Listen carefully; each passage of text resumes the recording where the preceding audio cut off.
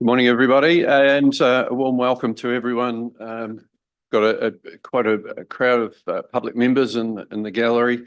Welcome to councillors and officers and to members of the public who are watching this on the live stream. We've got a relatively modest agenda compared to some of the ones we've had in more recent times, but we have allowed extra time for the public forum. We've got a number of speakers, some wanting to speak to the water services delivery plan, some wanting to speak to other matters, so we'll work our way through those very shortly. First of all, just acknowledge apologies from Deputy Mayor Halaleli. Do we have any other? Is Councillor McCone joining us? Has he joined us? No. He said he was going to endeavour to. So, yeah, if he doesn't end up joining us, an apology for him as well. Any other apologies? So, moods, Councillor Blackley, we accept those. Councillor Thompson, thank you. Those in favour, please say aye. Those against, that's carried. Thank you very much. Declarations of interest. Do you have any declarations? There are none. We'll now move on to public forum. And this is the order. Elaine, is it? Yeah, okay. So first of all, just welcome Alec Hamilton to speak first. So welcome back to the chamber, Alec. Thanks very much, Mr. Mayor. So when you're ready, just take a seat, please, and just press the button on the right hand side, the silver button there. Different technology from 12 years ago. Yes, all these new gadgets, Mr. Mayor, I haven't caught up with them, but I'll do my best. It's good to be home again. Right, you got 5 minutes. It's actually more than I deserve. Mr. Mayor, councillors and others, I have real concerns about the Three Waters and the possibility of amalgamation.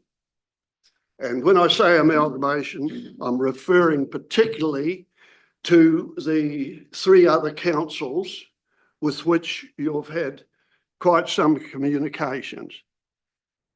First, I'd like to voice concerns about the Morrison Lowe consultancy report. I've read 150 pages of it. It took me about 3 or 4 months, so I presume that most of you won't have got to the finish of it yet. My concerns are that I believe, and if I had time, I believe there has been a focus by that consultancy on the amalgamation. And it's a focus that I disagree strongly with. I have had a look at their multi-criteria analysis. I want to refer you to it, page 23 on the report, because I believe that it was done by AI. And I got a message on my system which said, this has been delivered through AI, and it also said it may not be correct. And I could find what I felt were real discrepancies in it. Morrison Lowe have made a very good suggestion if we go in-house for the Three Waters. They have suggested that we will need more expertise, that there will be more to do. You have a whole raft of government possibilities coming through, and you will need, I think, to look at that very carefully. The government, of course, is the trump card in September. Goodness knows which way they're going to jump, and it's not a good situation, to put it mildly, that they come with this late burst over the top of all the work that you've done. We just hope that it hasn't been a waste of your time in the process. Water. We have a total blessing in water.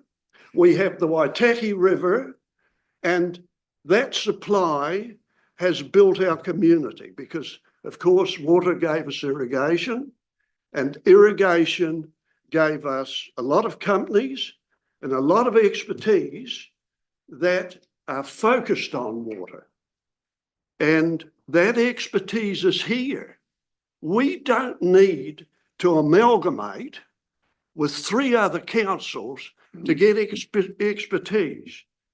Apart from the fact that we have the river running for us, apart from that, we have all the expertise that's been built up around irrigation, all the companies, all the workers, and all the families.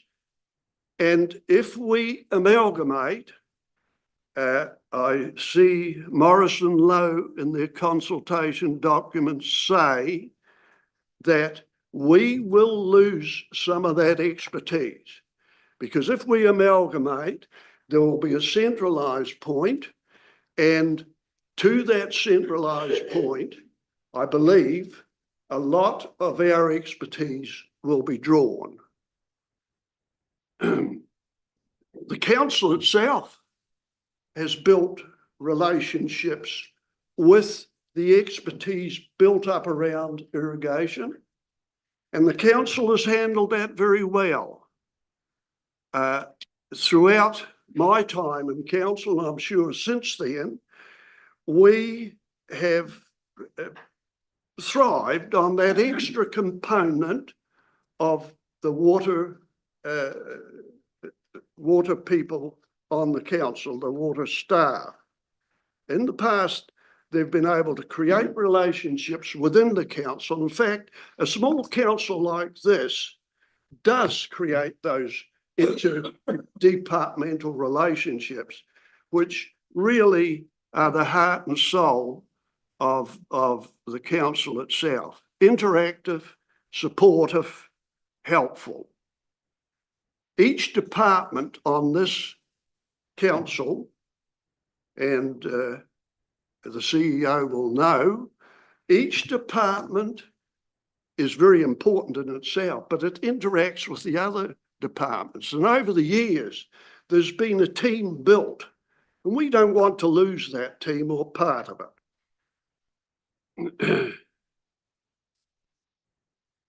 If the amalgamation goes ahead, there's undoubtedly going to be a loss of expertise.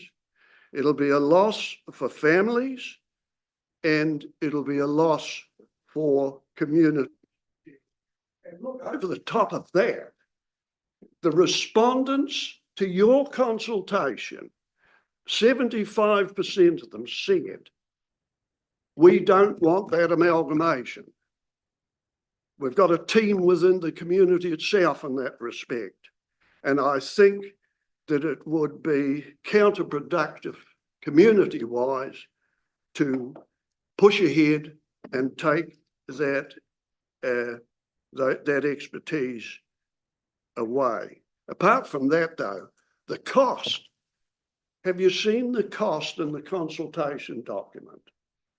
13 million in the first year. 2 million plus for management, 2 million plus for setting it up, and 7 million roughly to build an office somewhere, possibly in central Otago. Well, we certainly wouldn't want that.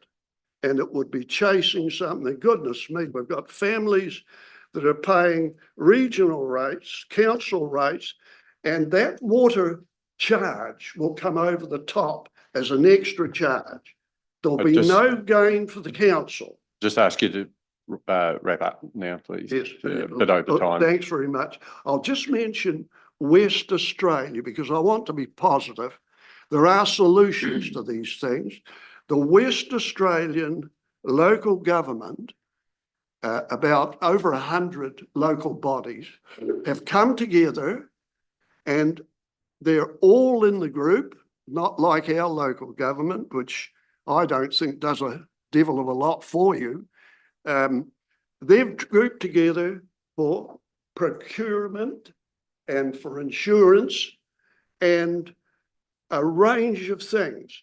Last year, that collaboration, not amalgamation, last year that brought 400 million back to the individual councils. I'll wrap it up there, thanks. I could speak for another hour, but I think I've made my point and no one's dropped off to sleep. Oh, Jim maybe. Okay. Right, thanks very much. Does anyone have a quick question? Yes, Jim, sorry. Councillor Hopkins. Yeah, Alex, thank you very much for the submission. A couple of very quick things.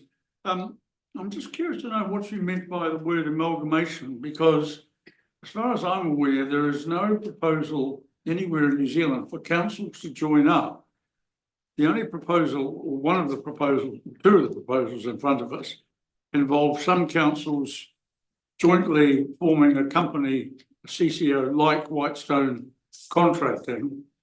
But did you envisage that amalgamation of the councils would actually occur?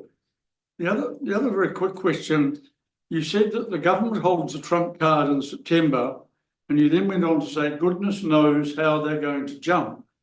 Well, to some extent, the legislation tells us how they're going to jump, but the minister last week told a forum of southern councils, and I noted his words then, the status quo is not an option. So do you think they have actually shown us how they're going to jump? Or, yes, how they're going to jump? Well, they certainly have, Jim. Mr. Bishop, the minister, said that they, in their presentation of the bill that's coming up in the Resource Management Act, I'll give you his exact words, Jim. He said, we will, if we have to, modify or remove items from your particular presentation.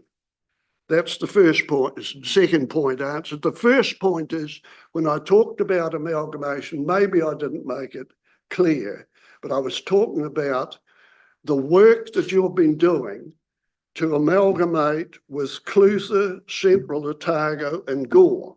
That's the one that's on your plate, isn't it? And that's what I referred to as amalgamation. Okay. Thank you very much for coming along, Alec. Good to see you again. Yes, thanks very much, Pete. Next, we have Hamish Carswell. Welcome, Hamish.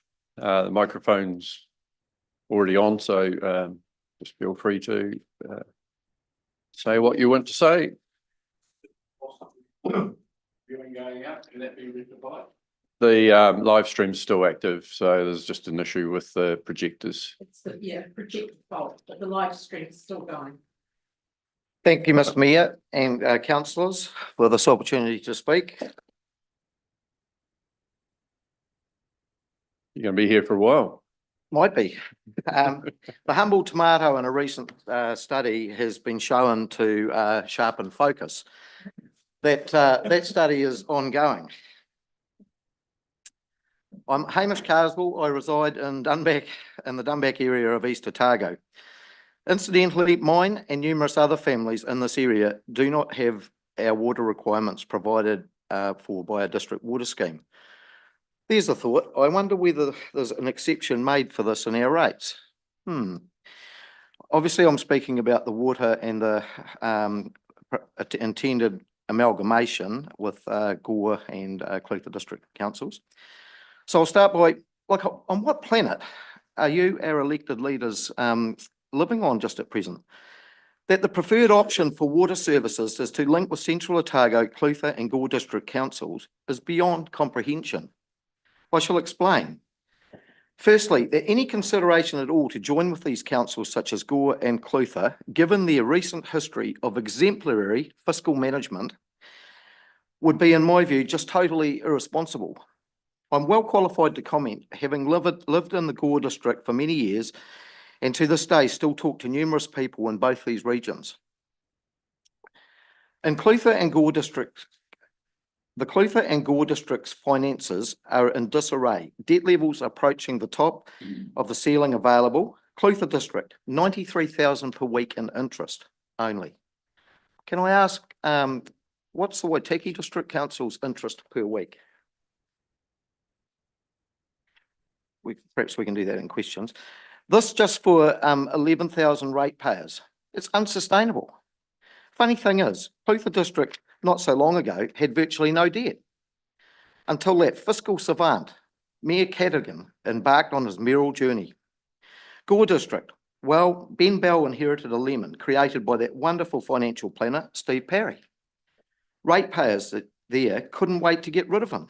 The point is, why on earth would you possibly want to entertain involvement financially with these fiscal mismanagers? That's just economic suicide. No sensible person would consider this. Actually, yesterday, a Clutha District ratepayer told me that the Clutha and Gore District ratepayers would be very happy if Waitaki District ratepayers will help shoulder their financial problems. This in relation to the amalgamation. Secondly, there is a district council missing here, and that's the Southland District Council. Oh, that's right. They were intended to be part of the proposed water group, but the problem being they've declined and have told the government that they want no part of it. That's right. A council can challenge the government. Newsflash. The thing is that the Southland District Mayor, Rob Scott, has on multiple occasions had Mayors Kircher and Cadigan try to convince him of the benefits to belong to this group. Excuse me, Hamish. I think you made that claim in a submission. Yes. Can you point to when I've tried to convince Rob Scott of joining the group? And I think in your submission, you say when he asked what benefit it was going to be, that there wasn't, that we couldn't give any response. Could you please tell me when I had that conversation with him, or any of those conversations that you claim? Otherwise, could you just withdraw that, because it is a lie? Okay. I spoke with Rob Scott yesterday. It's a he said, you said situation. So I guess the question raises there. I can't give you exact times and references, but given the intention to amalgamate, why wouldn't you be talking to these councils? And Southland District was intended to be part of this originally. Yeah, they're part of the original conversation, as all Otago and Southland councils were. Right. Well, I'm just working off what they've made their call, and the minister has said when they put their water services delivery plan in, his officials will assess it. And if it is found wanting, then that's when he will go back to them, and they may have a facilitator appointed. He has told me they've had discussions with the government and they're fine at the moment. They can continue on their merry way. Carry on, please. Surely, if the Mayor, Rob Scott, hasn't been shown any tangible benefit, then this raises a massive red flag. No ratepayer in their right mind would agree to join with councils far away on the other side of Dunedin. In finishing, it's the year 2029. A young family is sitting down to breakfast, content in the knowledge that their district council has been managing the core infrastructure well, hasn't been frivolously spending on feel-good items, and so has good financial management. They are happy and content in the knowledge that their council is doing just as it should, manage assets well and manage finances well for their ratepayers. Thank you. Thank you. Just to answer some of your questions very quickly, if you're not on a water scheme, you won't be paying water rates. Full stop.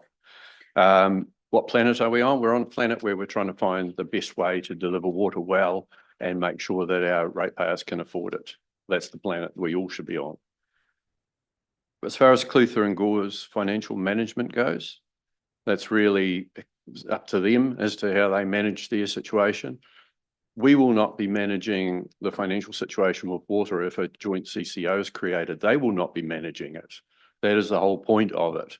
It's actually removing some of that mismanagement out of the process and allow it to be managed by people who are, we would expect, better able to do that. So just make that clear. we can find out what the interest payment is and get that information to you.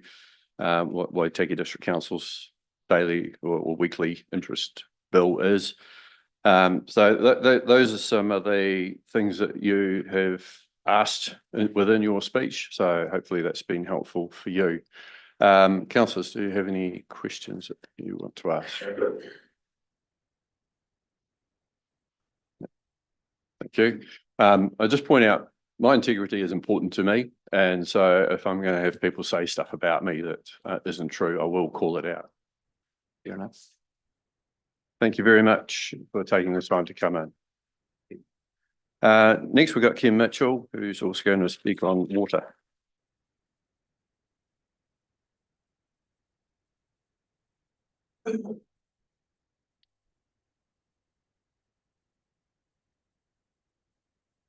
Welcome, Ken. Thank you.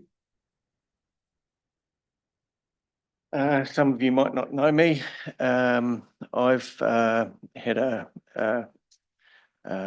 35-year career in the power industry, and so I have experienced the power reforms, which, as far as I can see, is pretty well the same model from the government's point of view that you people are experiencing, and I think there's it's the same model in terms of businesses are the same size.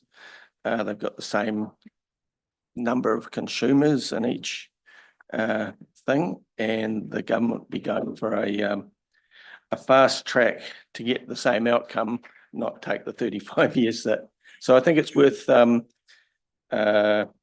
understanding what's actually happened, because it's real and it's not consultants looking at crystal balls. This has happened and this is why. So I'd start off with water and energy are really important to this district's economy. You know, it's how well we innovate in the way we manage those resources or that infrastructure is how we create the competitive advantage that you know, and we're dependent on doing things differently to our next door neighbours if we're going to push ourselves forward. The number one key issue for Network Waitaki in the reforms was actually protection of assets. They've essentially been built and paid for by the people that use them. And I would say your job as governance of those existing water assets would be the same, to make sure that they're protected, manage them in the best interests of the stakeholders involved. And I think a subtle difference here is that up until now, which the government intends to change, is that it's been the ratepayers as opposed to the consumers. So there will be a shift towards focus on the consumers, what they're paying for, and the benefits they get. I really think your asset needs to be owned by them in some form, and you know, you can govern your way through that key issue, and I really think as a smaller entity that we can do a better job, and if we can't, then there's actually no justification for why we have a council. You know, if we can't govern and manage this issue that's critical to our district, why have we got a council? Full stop. So I think you should look at preempting the government's move, get your lawyers on the case. The solution the only solution that actually endured in the power industry were the ones that formed a consumer trust. It had the ones that fell beside, even in the trust scenario, the ones that fell by the wayside were the ones that weren't 100% consumer owned, and that didn't have elected trustees. All those got around the Commerce Act and so on, didn't escape some of the disclosure and price control stuff that happened. So there's a lot of robustness in having nobody in the room that's got an advantage out of selling the assets and using the money for something else, or making profits out of the cash cow, which a monopoly asset is. And so all the even though the trust made up the bulk of the 70 odd companies, they're now under 30, and the ones that were community trusts and anything other than consumer trusts, or had mixed ownership models and so on, have all, not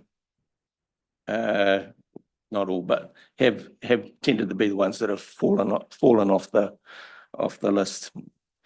So what I see in the reform so far is just like with the power ones, the government and the Three Waters Labor government tried to do an asset grab.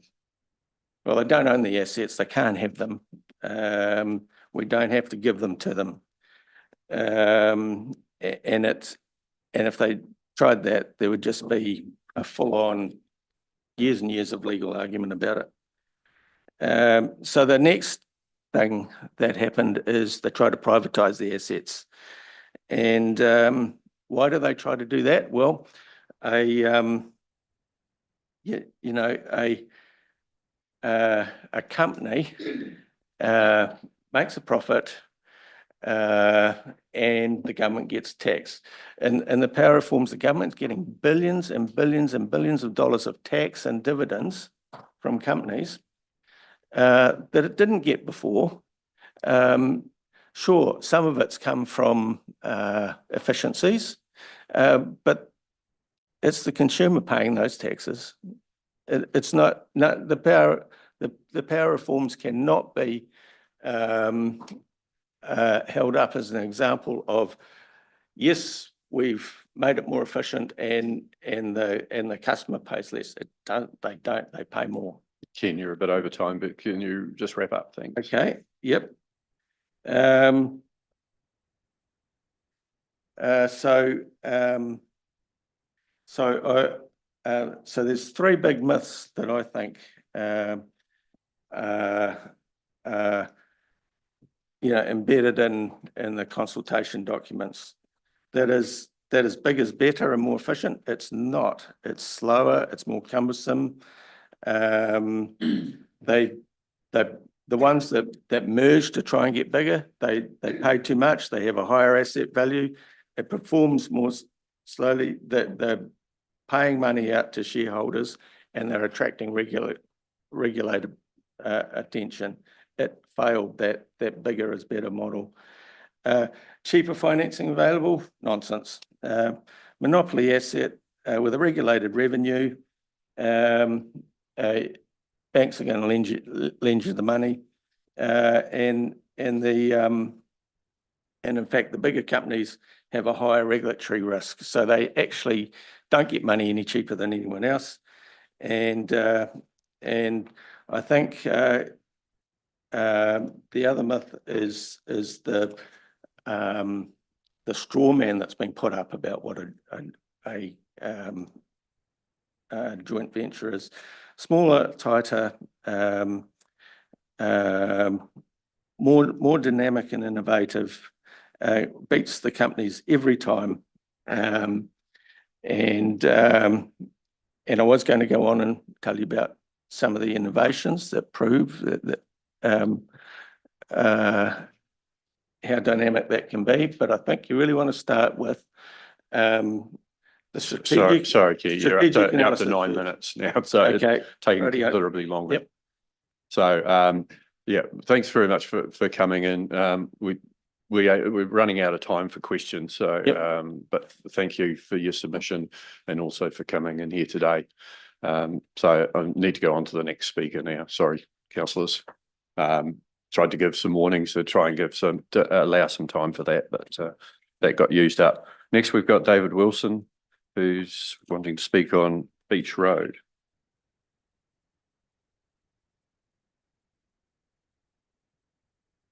Welcome, David. Mr. Mayor, councillors, council staff, media. I'd like to speak to Beach Road, the Beach Road issue and Project Reclaim. And I'd like to start by offering Mr. Mayor and staff congratulations. And that congratulations is on securing the $3 million grant to go towards Project Reclaim. Just to summarise the importance of Beach Road, Beach Road is an important alternate route in case State Highway 1 is blocked for any reason. And so, of course, once the new bridge at Kakanui is finished and open, then we will be offering a very good alternate route. Beach Road is also a very important access road for Kakanui and anyone in Oamaru who wants to get down to the coast. And it's also one of our iconic tourist roads. So it's a very important road. Unfortunately, it's closed. So my submission is focusing on the fact that the $3 million grant that council has received was awarded for Project Reclaim. And so my submission is really focusing on that the bills have essentially been paid. Ratepayers understand that the bulk of the payments have already been made. So this is an opportunity to carry out the original plan to maintain that road. So the estimate for bypassing the two large holes was $720,000. So my recommendation is that council consider putting together another plan around the use of the $3 million and to bypass the holes and protect the road where most necessary. And this work could protect the road for many years and many decades. The public consultation that was held on Beach Road, it doesn't apply to this situation.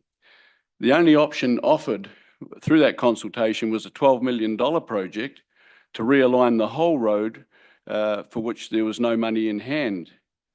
There was no option for a $3 million job to be paid with the new grant money.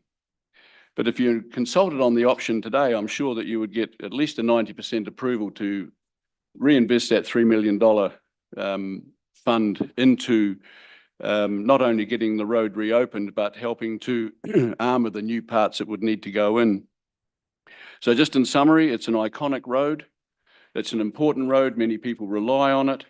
It links Waianakarua with the town and the old part of town. And so I'd like to encourage council to consider investing this $3 million in that project. Thank you, Mr. Mayor. Thank you, David. We are asking officers to bring a report back. We've had some updated numbers on the work that would be required, and we are looking at whether we allocate some of that money.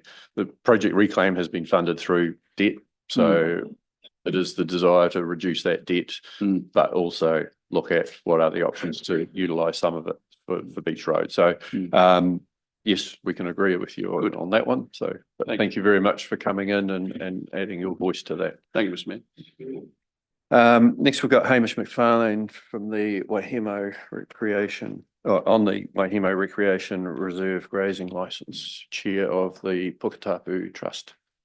Thank you, Mayor Kircher. Welcome, Hamish. With that introduction, I don't need to introduce myself. I'm here to speak ahead of your consideration of the retirement or staged retirement of the Waihemo Recreation Reserve later today. I'm speaking in favour of the whole thing being retired at once, that there's no restaged retirement at all. So thank you for your time, especially those who visited the Waihemo Recreation Reserve in early June, and also the hearing committee who waded through the submissions. Keep in mind, those of you that went to the site, that that's not healthy forest you're looking at. There's no understory, there's no seedling trees at all. It's intensively farmed. Mayor Kirch's photos show the empty spaces and the dead and collapsing trees. You would not have seen any members of the public recreating or enjoying the remnant forest and views. Under the Reserves Act, the public should have freedom of entry and access for enjoyment and recreation. That's the public's right. The flora and fauna should be protected. Those are the expectations of the Reserves Act, and also Waitaki District Council's Reserves Management Plan and Biodiversity Strategy. Those both echo the two main considerations of the Reserves Act. Having recently followed the video of the 4 southern mayors discussing water options, it was stated many times that national policy and direction has to be followed. At the recent potential candidates meeting in Oamaru, this was also stated that if elected, you had to adhere to regulation, laws, and bylaws foremost. As councillors and as a council, you are obligated to follow those very same regulation, laws, and bylaws. The licensee is a business, has effectively been operating on 1 month's written notice, clause 9 of its expired license agreement, from either party. Farming is very mobile. Those deer can be farmed anywhere else. They do not need to be farmed in a public recreation reserve that also has a biodiversity value. If, as the licensee states in their submission, they are paying market rates, then that makes the business very transferable to any piece of land. It is the public and wider NZ inclusive that is missing out here. With full access to develop tracks and reinstate biodiversity, you will create a diverse and resilient economy. This will support alternate local businesses and enable a healthy, connected, and inclusive community. A healthy forest has an understory of growing trees. At the verbal submissions on this, we showed photos of little seedling trees and the grass sward. So the trees are germinating, they're there, they just simply get eaten. It's that simple. They don't get above the grass sward. So do not be swayed by what some people say, that our approach to revegetating it is novel. It's not at all. Do not be swayed by unsubstantiated inferences that it will become a fire risk and weed infested. Do not be swayed by the taint of ageism and the inferred lack of capacity of the trust. And do not be swayed by your doubts of funding. Despite these turbulent times, those that are committed to improving and reinstating our biodiversity are still there. Indeed, currently, the larger projects have less competition. The public wants its rights honoured and returned, and you have the ability this afternoon to do just that. We ask you do not renew a grazing licence at all, and as is often said, the best time to plant a tree is 20 years ago. So let's just get on with it. Thank you for your time, consideration. Thank you, and just to acknowledge, yes, we did go and have a look, or a number of us did, and it was evident that there were old trees, no young trees. So there are those considerations that will make part of our discussion later today. Councillors, have you got any questions at all? Jeremy? What sort of capacity does the trust have in the way of workforce, volunteers or equipment? We don't have specific equipment to the trust, but a number of us have our own farm gear, yes, and fit into the bracket of semi-retired farmers with looking for things to do. So yeah, I think we have a good core of 8 people that are more than capable of carrying out work in the reserve. Tim? I just had a question. There's been reference made to the seed bank of native species. What about the seed bank and kind of approximation of the footprint where real risk and concern around gorse and broom problems may be a reality, and how would if the whole area was granted, how would that be managed if it wasn't in a staged and more kind of compartmentalized approach?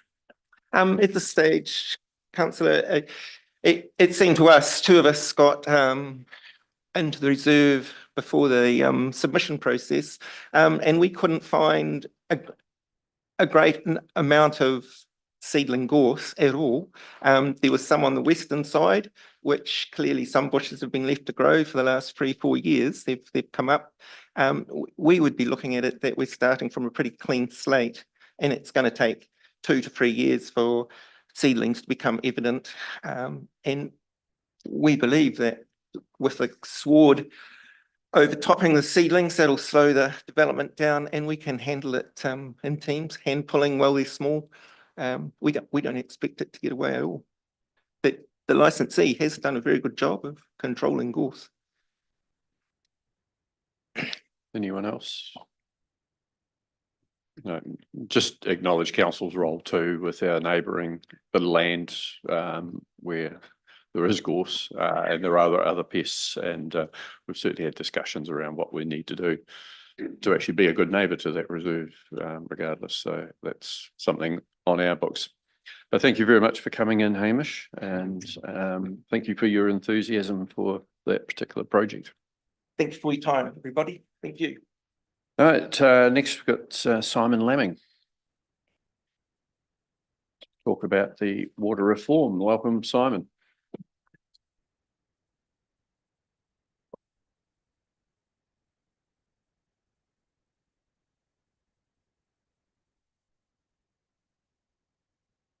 Thank you, Mr. Mayor, councillors.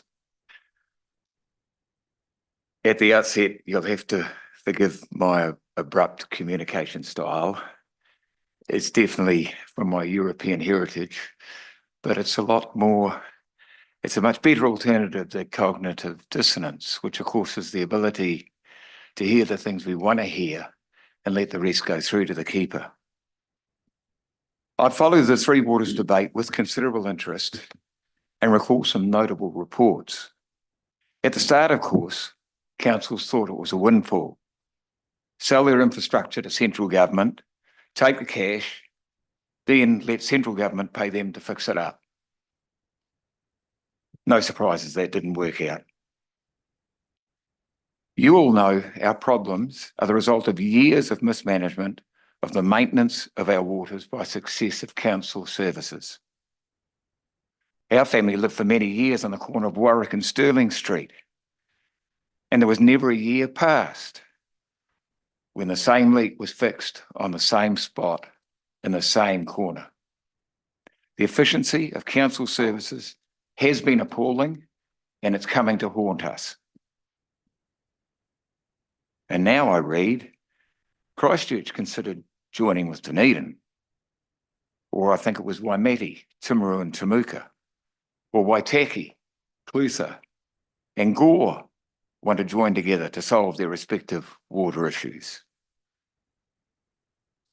What possible value is there in that?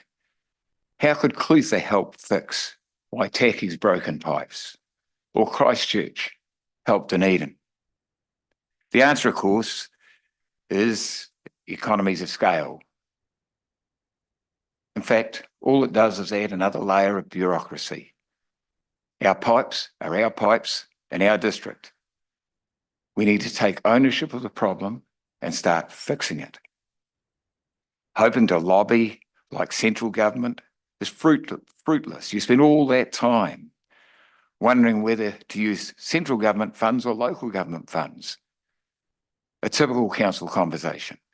But in fact, whether we pay with rates or taxes make little difference. One way or another, we have to pay for the services we need. So let's have a little bit of integrity and decide to own our problem and fix it, just as grunty little Waitaki Council has. They say that 90% of the mistakes we make in life are the things we don't do that we should have done. 10% are when we actually did something and got it wrong. The odds are in our favour. We're still kicking the can down the road. Just imagine the wastage of local government funds, which has already happened in the water debate. Actually, I think it's time local bodies had a new KPI. The proportion of every dollar spent on planning and compliance versus the proportion of every dollar spent actually getting things done. You might even ask yourselves while you're in the room. So which model is best? I strongly believe the best option is a standalone council-controlled organisation. But it must consist of strong individuals who have proven track record in business. Secondments from other council organisations must be excluded. The ideal unit should be an in-house business unit, as this removes all layers of management and should be most efficient. Just imagine an efficient water department utilising the efficient services of our own amazingly efficient one-day Whitestone roading. However, council has shown itself so inept in so many ways that the risks involved in this option are too high.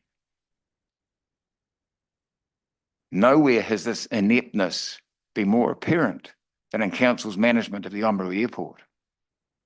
Despite starting each year with more than $350,000 of non-aviation revenue from the lease for surplus land, council mismanagement presents a real risk to ratepayers that they'll have to prop up the airport facility. A workshop was called with an aviation consultant, council, CAA, airport users to discuss aviation safety and airport management. There was a complete consensus at that workshop to have the airport managed under contract to an external provider responsible to council. After the meeting, I learned our CE had already authorised the council to look for its own full-time airport manager. The lack of integrity of that process appalled me. I've since tried to meet with the CE, but he refuses to meet. I was referred to one of his directors who walked out of the meeting because she would not meet with anyone who was going to question council integrity. We don't need to get a point of time in the future right if we can't get today sorted first. You can influence today. You might influence tomorrow. There is a low-cost, risk-free option available right now of using an external provider part-time to manage our airport. An organisation called Quest Aviation already does this for several other airfields, including Te Anau, and their staff already visit our airport weekly for the flight school. If we're unsure, we could revise their contract yearly. It's low risk. I've canvassed all of you and predominantly been disappointed. Most of you were not aware a decision to be made to look for a full-time manager. All of you showed no ability to influence our CE. Further to this, there appears to be a significant breakdown at upper levels between the Mayor and CE. How could a business run like that? Where the CE does not consider the desires of the board and its chairperson. I would suggest this is what happened in Tauranga when the council was put under Crown management. As a young child going to primary school, my parents told me to always ask questions or seek explanations, even if no one else was. They taught me there'd be a whole lot of other kids in the room wanting to ask the same, but were too shy. The same applies now. There's a whole community of people out there thinking like this. Things are a little out of control. Thank you. Thanks, Simon. Are you aware how much the council has spent on water infrastructure over the last 5 years? I'd be frightened.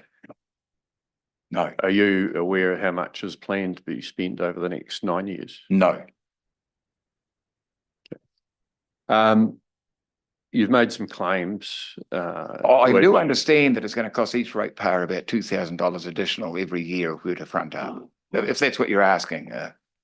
Oh, no, Yeah. it's the fact that we've invested, well, 50 million of our debt is basically water infrastructure over the last 5 years. $194 million expect to be spent over the next 9 years. That's the reality of it. So I just want to make sure that you're aware of that. You've made some claims about officers not meeting with you. So I just want to give them the opportunity to respond if they wish to at this point. I'll respond in terms of the claim that I refuse to meet with you. That is untrue. You asked for a meeting with me. I was unavailable when you wanted to meet with me, and my EA directed you to the director who is actually responsible for the airport. So I hope that clarifies the situation.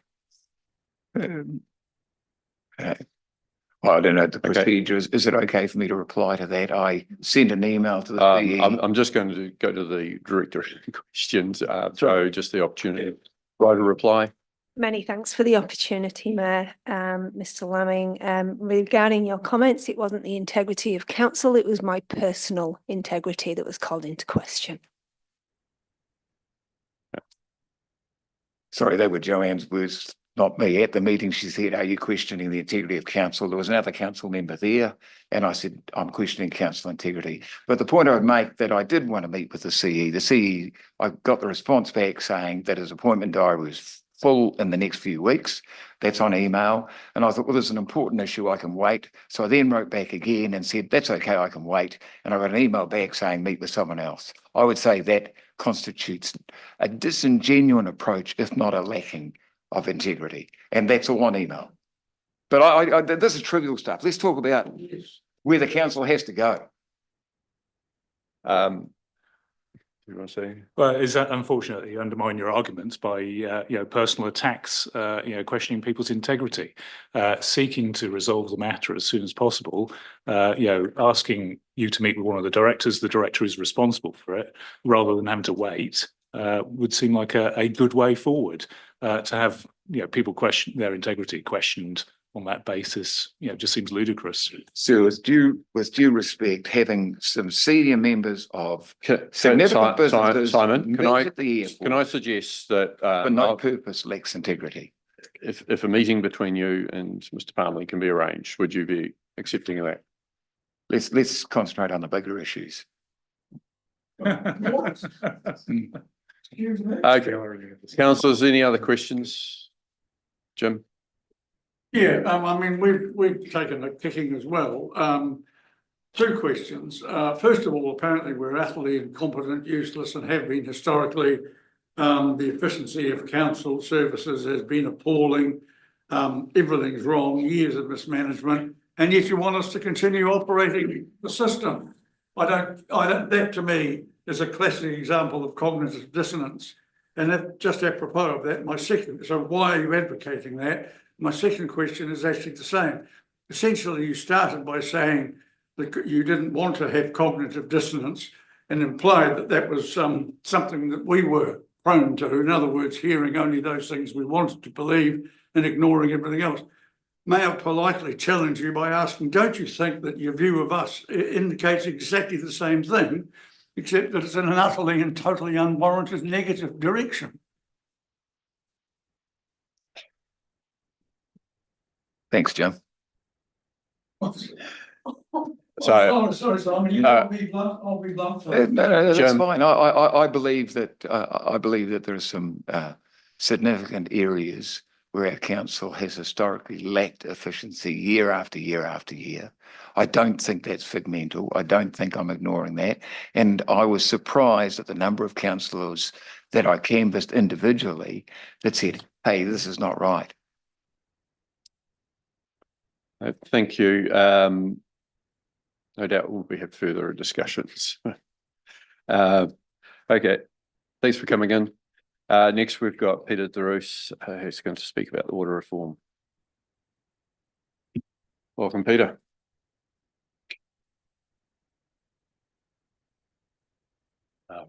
Good morning, Mr. Mayor, councillors and staff and any others listening. Thank you for this time to speak to you. As a ratepayer, I'm one of the many who employs the council and own the assets. It appears to me and to many others that the council believes it owns the accumulated assets and not the people who pay for it, maintain it, and pay wages. At least this is the impression that seems to be given. I have no question whatsoever about the integrity of the councillors, nor the fact that they definitely wish to do the best thing for the community. But I do believe there are issues in the council and how the council is run. Why is the council pushing against the community wishes by shifting water control and effective ownership to another entity? If this is done, we lose the ability to have input, to correct and make requests and also on a personal knowledge level. There is a discommunication between this entity and the ratepayers and the community. And this point was mentioned by Mr. Jock Webster in his submissions. He was a former chairman of the irrigation company in the past. To me, it appears that the real reason is to have the ability to get larger loans in order to spend more money on items that may be imposed by the government. And I understand that this is a real difficulty for the council to deal with. And if this is the reason, and it has been noted already that a very large portion of our rates is on water upgrades, then the council must push back on the government. How else will the government hear about the impact on this nation's people? It is also noted that we have a very large geographic area and a small number of ratepayers as a rate base to pay for it. So it hurts us more than many other areas in this locality. The continuing year-on-year, well above inflation rate increase must stop. The ratepayers cannot afford this. Why are the vast majority of workshops effectively secret? This is a big change from the past. It causes poor communication, which leads to mistrust of councillors and council staff and poor decision-making. It also leads to changes not wanted or understood by your employers, who are the ratepayers and residents. This is shown by the widespread dislike of the water management option put up by the council, by the Lower Thames Street trial, and by the library being hijacked into an office of the council, not unlike a doctor's surgery being used as an auction house.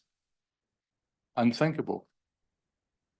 Treating ratepayers and renters like mushrooms, fed on manure and kept in the dark, well, that's somewhat how it appears to us ratepayers. This has to stop. We all need to work together to get the best outcomes. We need most meetings and workshops being open and accessible to the public. We need real two-way communications, not the way the communications are done commonly today. It needs to be two ways, so both parties can listen and have opportunities to question, and options like this, which I appreciate, and it's a privilege to be able to do it, and it ought to happen. We need to function on core functions, not on climate change, not on social issues, unless they're ones that we need to deal with, like housing, not funding like-to-haves, not funding minority groups. We can't afford to fund minority groups. This is a ratepayers organisation. The council is there to support. and not killing the golden goose, the farming industry. We're putting onerous things in the farming industry that make it difficult for the farming to work as generators of income for this nation and for our workers in this community as well. You can see this in the meat industry with what's happening. But I sort of, we need to listen to the community. And I have some other suggestions to make that, and brought up by Mr. Falmerton, that I think there's a real shortage of experts in terms of water, for instance. I know, coming from meat industry background, that in the meat industry, they're desperately short of people in Oamaru who understand water and are able to process and supervise water to a place like the meatworks. I know there are serious issues there.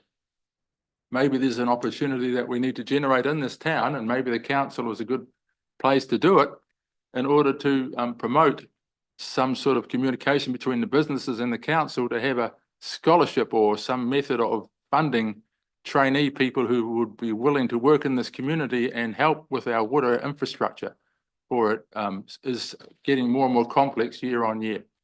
And thank you, everybody, for giving me this opportunity once again. Thank you, Peter, and just say, do agree with a lot of what you've said, despite you may be thinking I don't. The one thing that we are challenged with are those rate increases, and something that we struggle with every time we look at those. And what the biggest cause of those has been water, and will continue to be water. So that is why we're so focused on trying to make sure that we're delivering water as efficiently as we can. I appreciate that, understand that. Yeah, thank you. Councillors, any questions? Jim?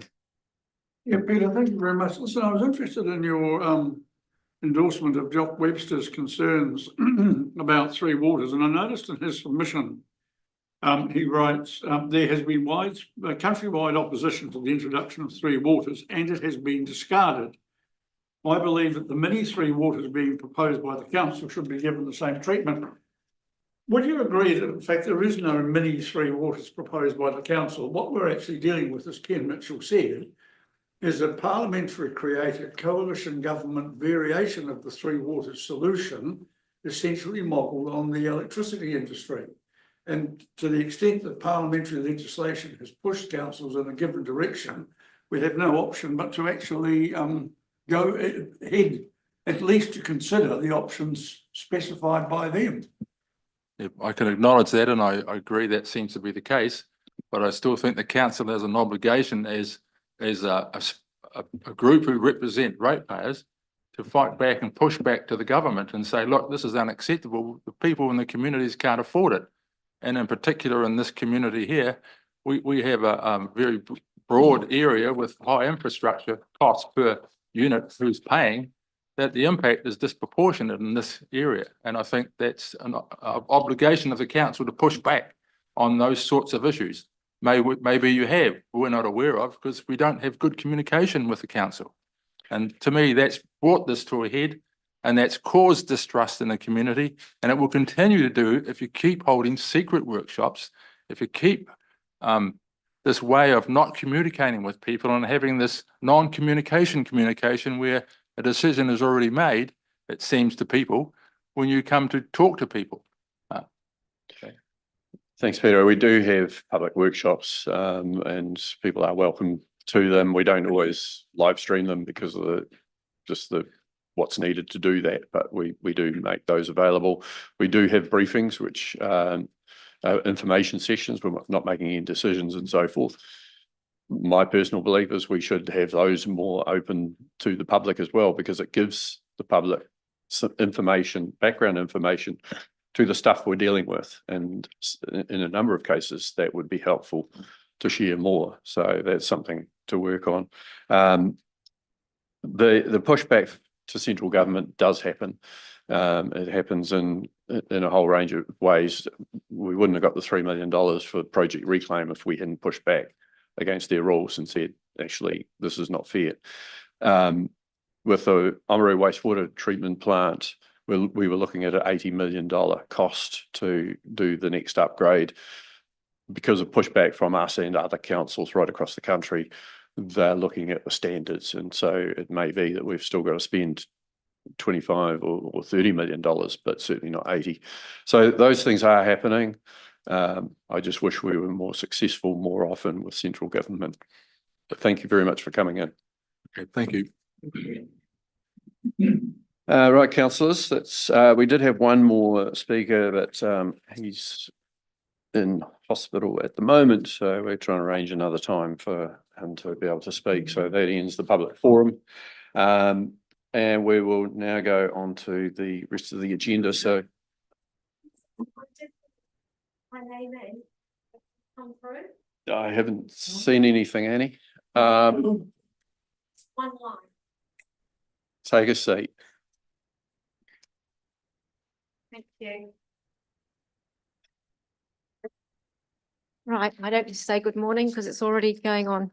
But thank you, Mayor, CEO and councillors for having me here today. As you know, my name's Annie Baxter and my comments this morning is really very short. It's on the Southern Water Well Done.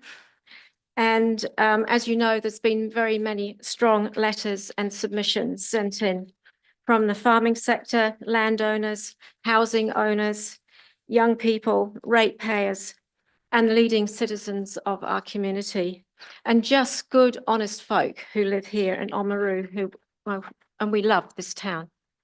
And they are very, very concerned on this rising issue of the Southern Waters Done Well, and the processes that you are going to choose, and the option that you're going to choose, I hope, is the only one, which is the in-house option.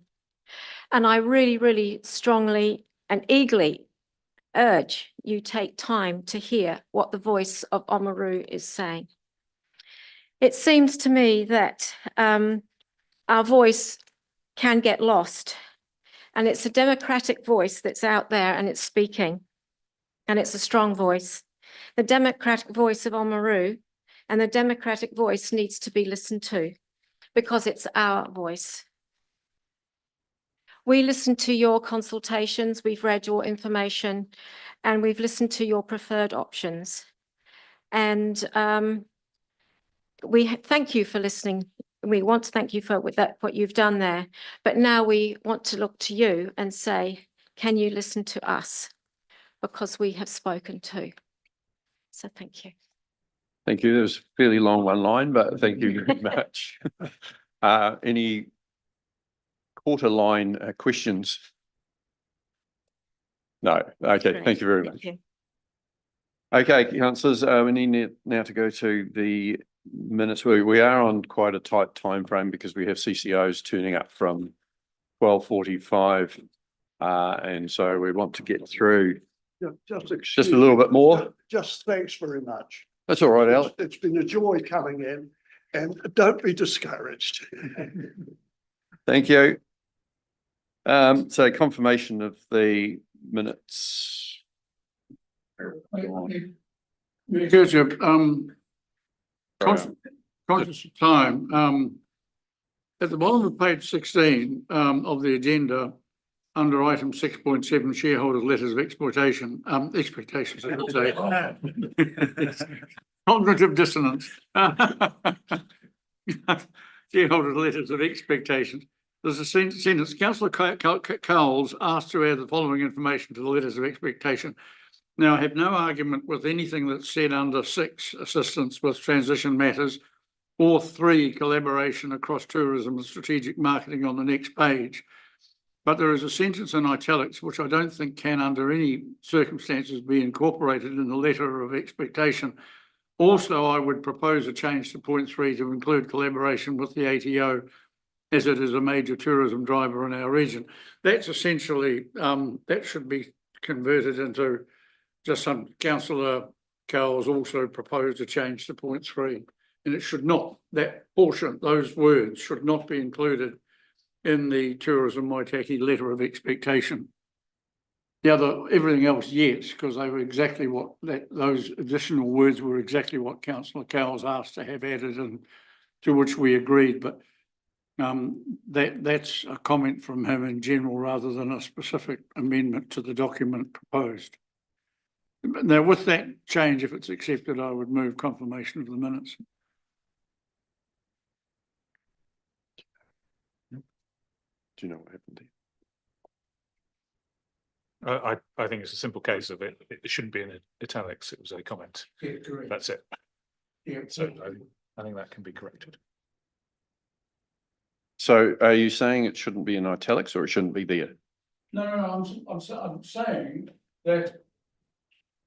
Can you put your microphone on to?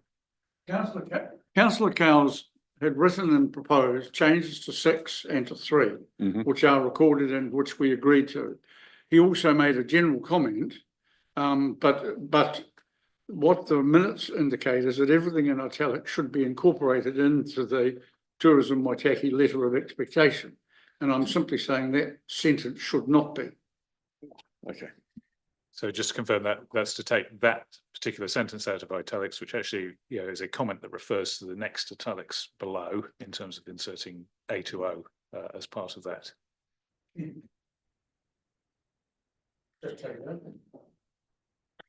Whereas. Any comment, Brent? Okay. Moved Councillor Hopkins, seconded Councillor Cowles. Those in favour say aye. And against, that is carried. Thank you. All right, moving to my report. I will take it as read.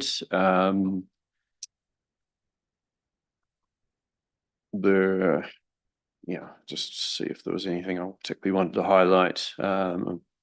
Try to give a bit of summary overall of some of the things that have been going on and some of the things that councillors and I have been attending, and giving a bit of update on some of the government moves. So happy to take any questions.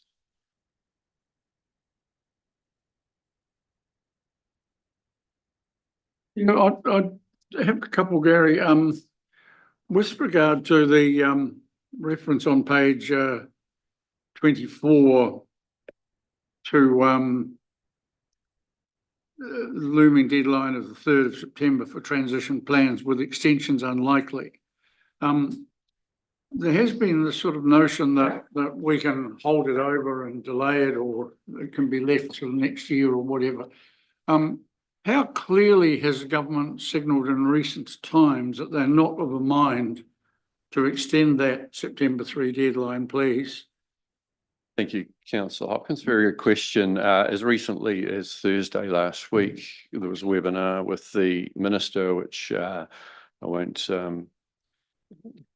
quote all of what he said, but certainly when he was asked, what's the situation with requests for extension of time, he replied, the process would be that you would write a letter in, talking to councils, you would write a letter in asking for an extension of time. He would say no, and then he would send in a facilitator. So I think that was fairly succinct and to the point.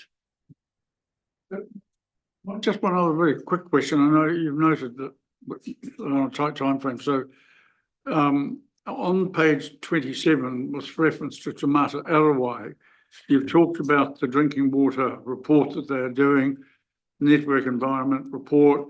They've been saying for a long time that they're working on these and they're getting them done and you'll have them soon. Do we have any actual timeline? Have they actually told us when they're finally going to deliver these pretty damned important documents? So they've been working on a range of different work streams, if you excuse that expression. One of them has been things like acceptable solutions and looking at other ways of delivering water to the quality that they require. But the reports, there have been various reports come from central government. This benchmarking that the Department of Internal Affairs is working on.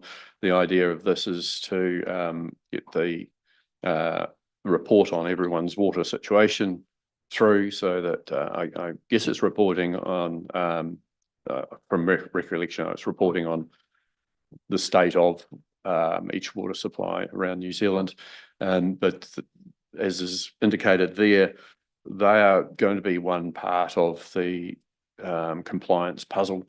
The other part that's going to be involved in water is going to be the economic regulator, and the intention is that they will have a joined up report in the future that not only says talks about the quality of drinking water or the discharging of wastewater.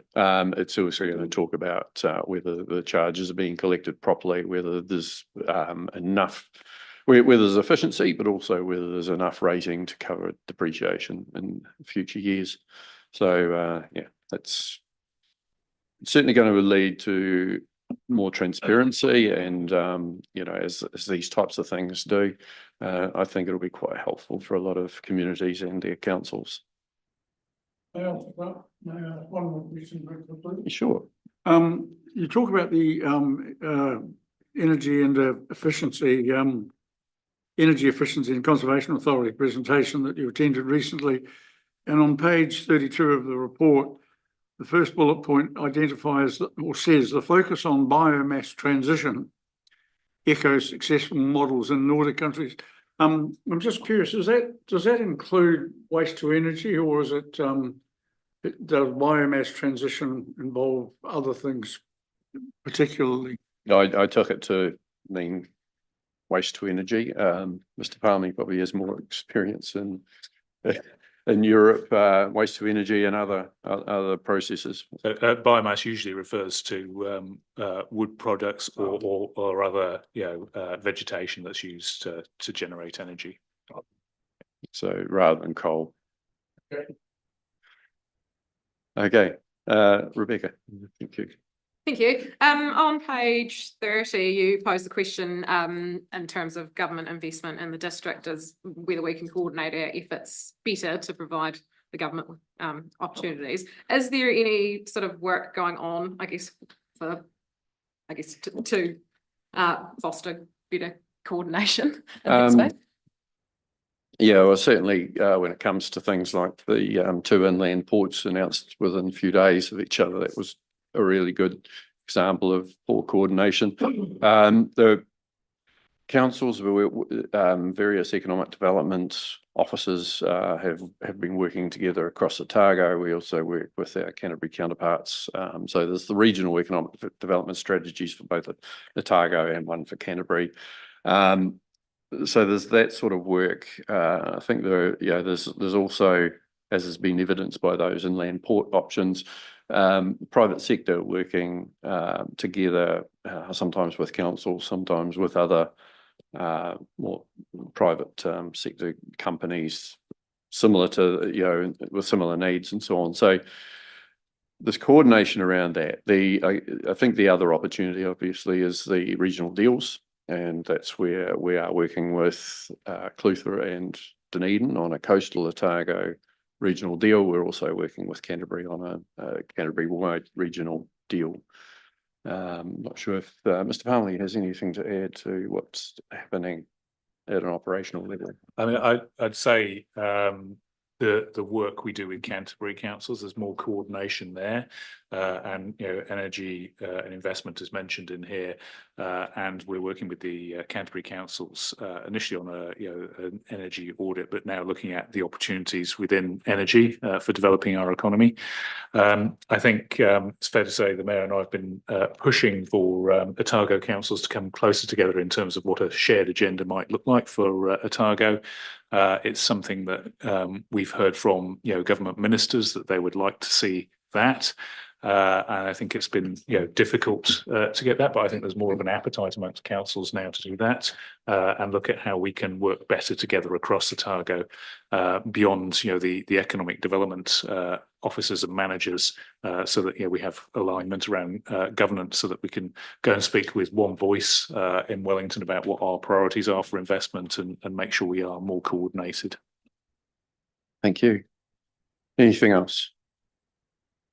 Okay, so I'd like to move, we receive that report. Councillor Percival and Councillor Linwood, thank you. Those in favour say aye. Against, carried. That's time to break for lunch. So we will have a 25-minute break. We will have Tourism Waitaki joining us after that at 12:45. So you enjoy your lunch. Thank you very much.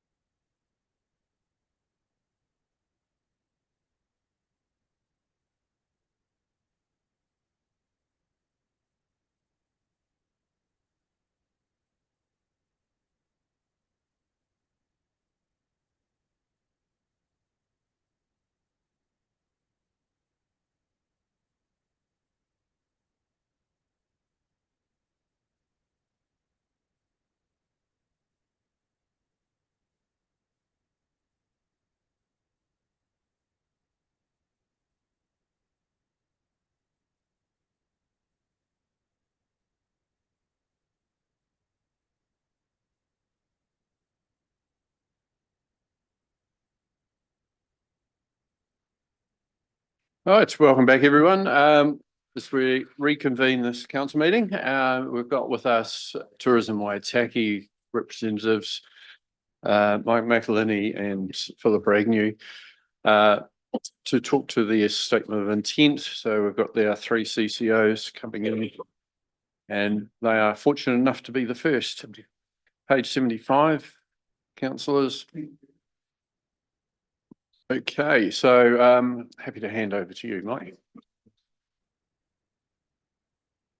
Well, thank you, Gary, and good afternoon. Where to start? My word. It's been a very interesting 12 months. We've been very busy. A lot of positive things happening at the penguin colony in terms of the redevelopment projects that we've got underway there. The visitation numbers are back to pre-COVID days, which is absolutely outstanding. As I said, website has been developed, and then the internal part of the building's been developed to enhance the daytime experience, with the idea being of attracting more visitors during the daytime and allowing us to monetize that part of the business more so than what we've been able to do in the past. On the breeding side of, and the other big area that we're working on in the colony is the new stand, which we've gone out to tender for. This is going into, will help with the disruptions that occur during the current showings, and that's where we get the most negative feedback from our customers, is having that interruption. So by putting this into place, it's going to alleviate that and make things flow a lot more smoothly. It's been a interesting market in terms of tourism, tourists coming into the region. We're ahead of the national average. Tourism has been down nationally about 38%, and that's in tourist numbers and in revenue. Our share of that, we're comparing that to pre-COVID days, we're 7%. So we're ahead of the national average by quite a bit, which is a reflection of the good work that Tourism Waitaki has been doing in the external market. And that's where we play most of all. It's outside of the region and attracting people in. But in saying that, we've been very, working very closely with events like the Jazz and Festival, Blues, and the Victorian, and of course coming up the Steampunk, which have all been, all of those events have benefited from government funding, which we procured and were able to pass on to them for those particular events. So very positive outcome, and that's seen the growth within our tourist market within the region, spread throughout the Waitaki. On the scientific side of the colony, it's always interesting to know what's going on there. So Dr. Phillip has been doing an outstanding job there. She recently hosted her biannual Penguin Symposium, which attracted how many? 100 people from around the country. And of course, that's good for the community there. And so on the scientific side of it, the breeding side of it, Philippa, is there any comment you'd like to make there? We did have an early start to the season, but the stormy weather we had a couple of weeks ago has disrupted that a little bit. So we're just trying to look at the various ways that that has had an impact. You'd notice that the sea colour is a little bit lighter, and that represents a bit more sediment in the ocean than normal, which can impact the penguins. So we're just looking at monitoring that. But otherwise, they're doing really well, still increasing in numbers, and yeah, really enjoyable viewing with that. Thank you. So look, we had a very good presentation at Trends, which is a very key focus point for us. We were well represented there. We're continuing to work with the tourism operators throughout the district, and we've just brought on a new contractor to help us fulfill that role. As I think I shared with the stakeholders, Tourism Waitaki currently has a staff of 1 sitting next to me. We contract out the rest of the work at this particular stage, and that's been going really well in terms of our marketing, but we are in the process of recruiting because we need to move forward to keep the business going. And in fact, Philippa and I will be going for an interview with the candidate following this meeting. So this particular person, Heather, that we brought on is going to be more engaged with the operators up and down the valley, which is going to be very positive for us all, and seeing what we can do to support and enhance their offer. As well, been working very closely with the Alps to Ocean Cycle Trail, and we do promote the UNESCO Geopark, although they mightn't have commodity-ready products to go to market at this particular time. That doesn't stop us from presenting the geopark in the region as part of our work. The other thing that we get involved in is our collaboration with our partners around us, the Mackenzie Country, Dunedin and Southland. So we have a collaboration with those particular areas to make sure that we're capitalising and utilising every opportunity to promote the Waitaki on a collective and collaborative basis. That's working really well. And there's some quite positive news that's come out of government in terms of the Chinese market and their ability to be able to access the New Zealand market. I believe that they believe that that's going to see an increase in the visitation from China into our particular regions in the southern region here. So that should benefit us as well. Having received the letter of intent, things have been a little bit in disarray as we have been in a bit of a holding pattern over the EDA, which is why we've had to progress in terms of looking to recruit for a couple of positions within an operations manager job overall for the business at the moment, and then another key role within the RTO sphere just to tide us over. So I do acknowledge that within the council's LOE, there are some things there that we need to take on board to just have a discussion around in terms of our SOY, and that will happen at our board meeting on Thursday. It's all been a bit of a rush in terms of timing from both ends, I think. Thank you very much, both of you. Councillors, any questions? Councillor Holding. Sorry, did you say this won't be the full SOY today? Is that what I picked up? It'd be fair to say that the letter of intent that we received had changed considerably from previous years that we've had.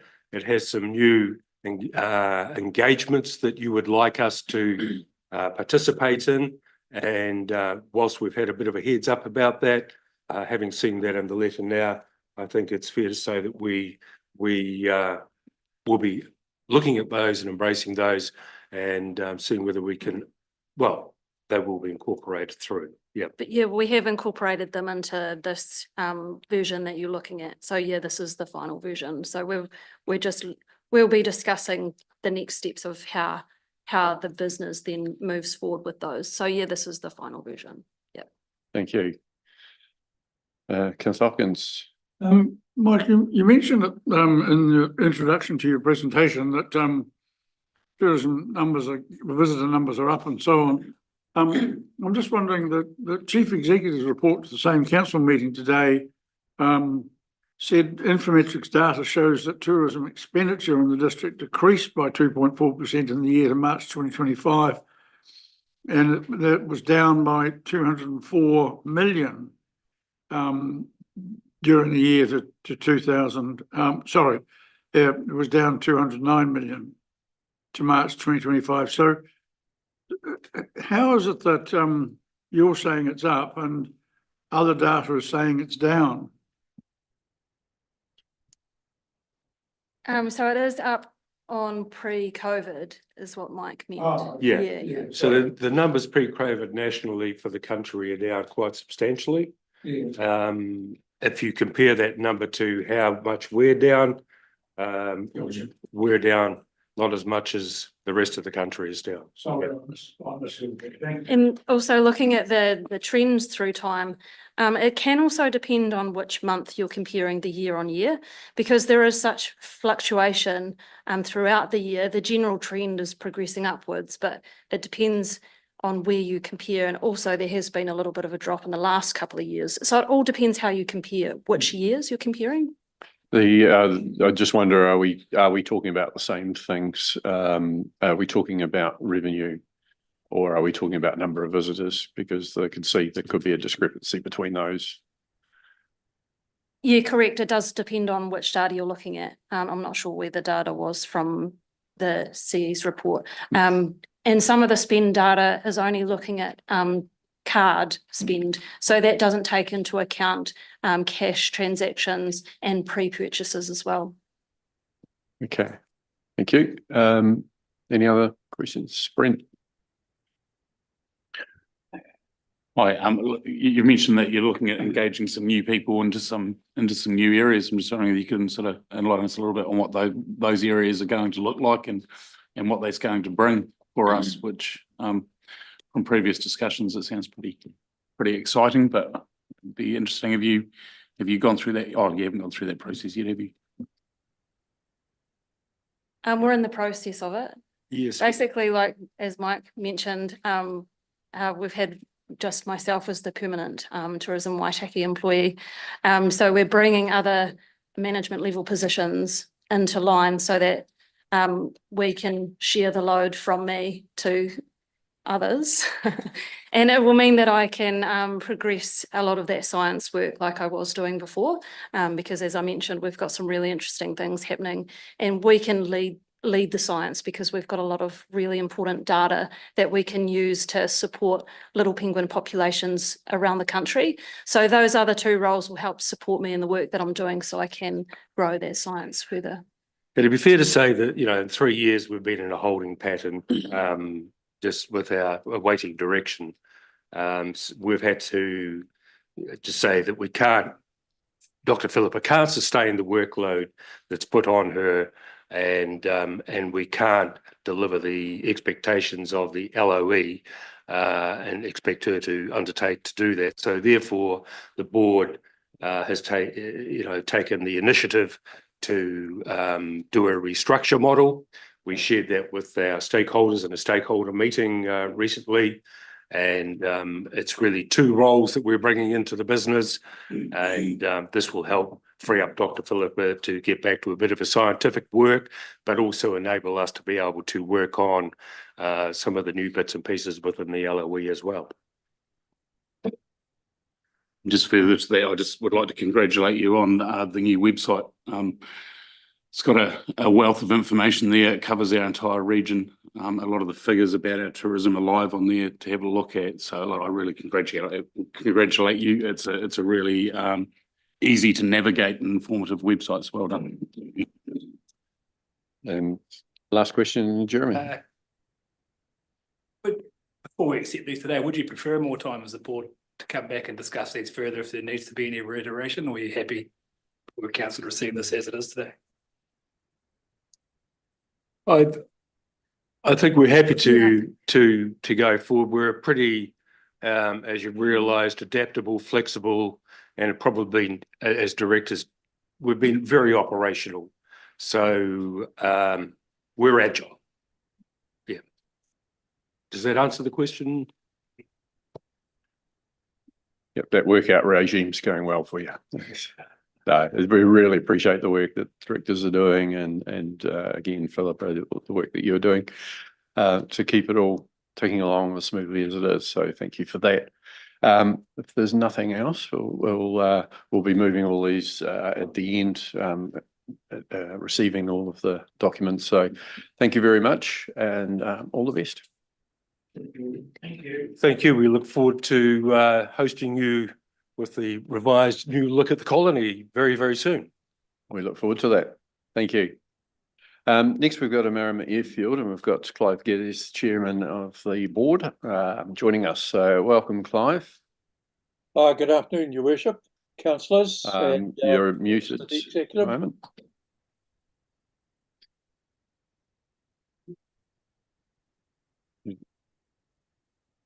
Do we have to wait, Jason?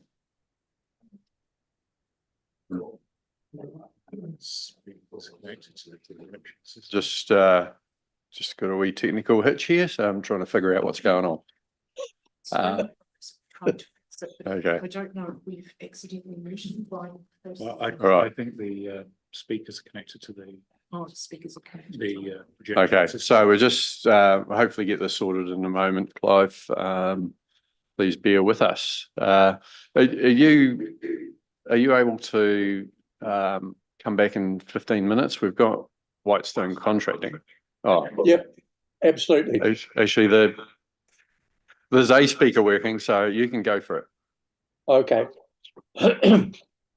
Well, good afternoon, and my apologies for not being able to join you in person, but I will make sure that we can do that when we present the annual report later in the year. You have before you our statement of intent for the 25-26 year, and it is very much a repetition of past statements, excepting in this one we have included a commitment following your letter of expectation to produce in the next 12 months an environmental management plan that will enable us to assess and minimise any negative impact that is arising from airfield operations. Other than that, it is very much a cookie cutter from last year. The only other comment I would make is I must apologise for the skinny budget that's on the end of it. That was put together in a hurry when we realised that we are now obliged to have a budget as part of the statement of intent. We are currently reviewing that budget because we have very close to year-end results, and we will be sending you an updated and much more comprehensive budget in about the next month. Yeah. Hang on. So the budget review that we've got underway is premised on three things. Firstly, we want to hold the cost of flying at Omarama to what it has been for the last 5 years. And in fact, the Airfield company is the only entity operating on the airfield whose costs are the same as they were pre-COVID. And we feel that is very important to keep encouraging more activity rather than be putting up direct flying costs like landing fees, etc., because they present a barrier to airfield use. What we do have in play is a review of our rents and leases, and in particular the ground rents that apply to the hangar companies. And we did a review of ground rents around New Zealand and found that ours at about $2.50 per square metre were a fifth or even an eighth of those that are in common use elsewhere. So we have put our hangar companies on notice that their ground rents are going to be reviewed, and what we want to do is to lift them over a period of 3 years and have revenue from ground rents covering the current relatively small $20,000 cash in, cash out loss. And that we think that will be a positive for the company. We've already started work on the environmental management plan. I'm not doing it. Director Terry Jones has taken that on board. But I can tell you, Gary, that it will not be as comprehensive as some of the samples that we have downloaded from various places, but it will aggressively address the issues that we understand are required by it. I'm very happy to take any questions that you may have. Thanks very much, Clive. Hopefully you can hear me okay now. And I did duck away, and when I came back, the problem was sorted, but I can assure you it wasn't me that sorted it, thanks to our IT people. So, councillors, have you got any questions?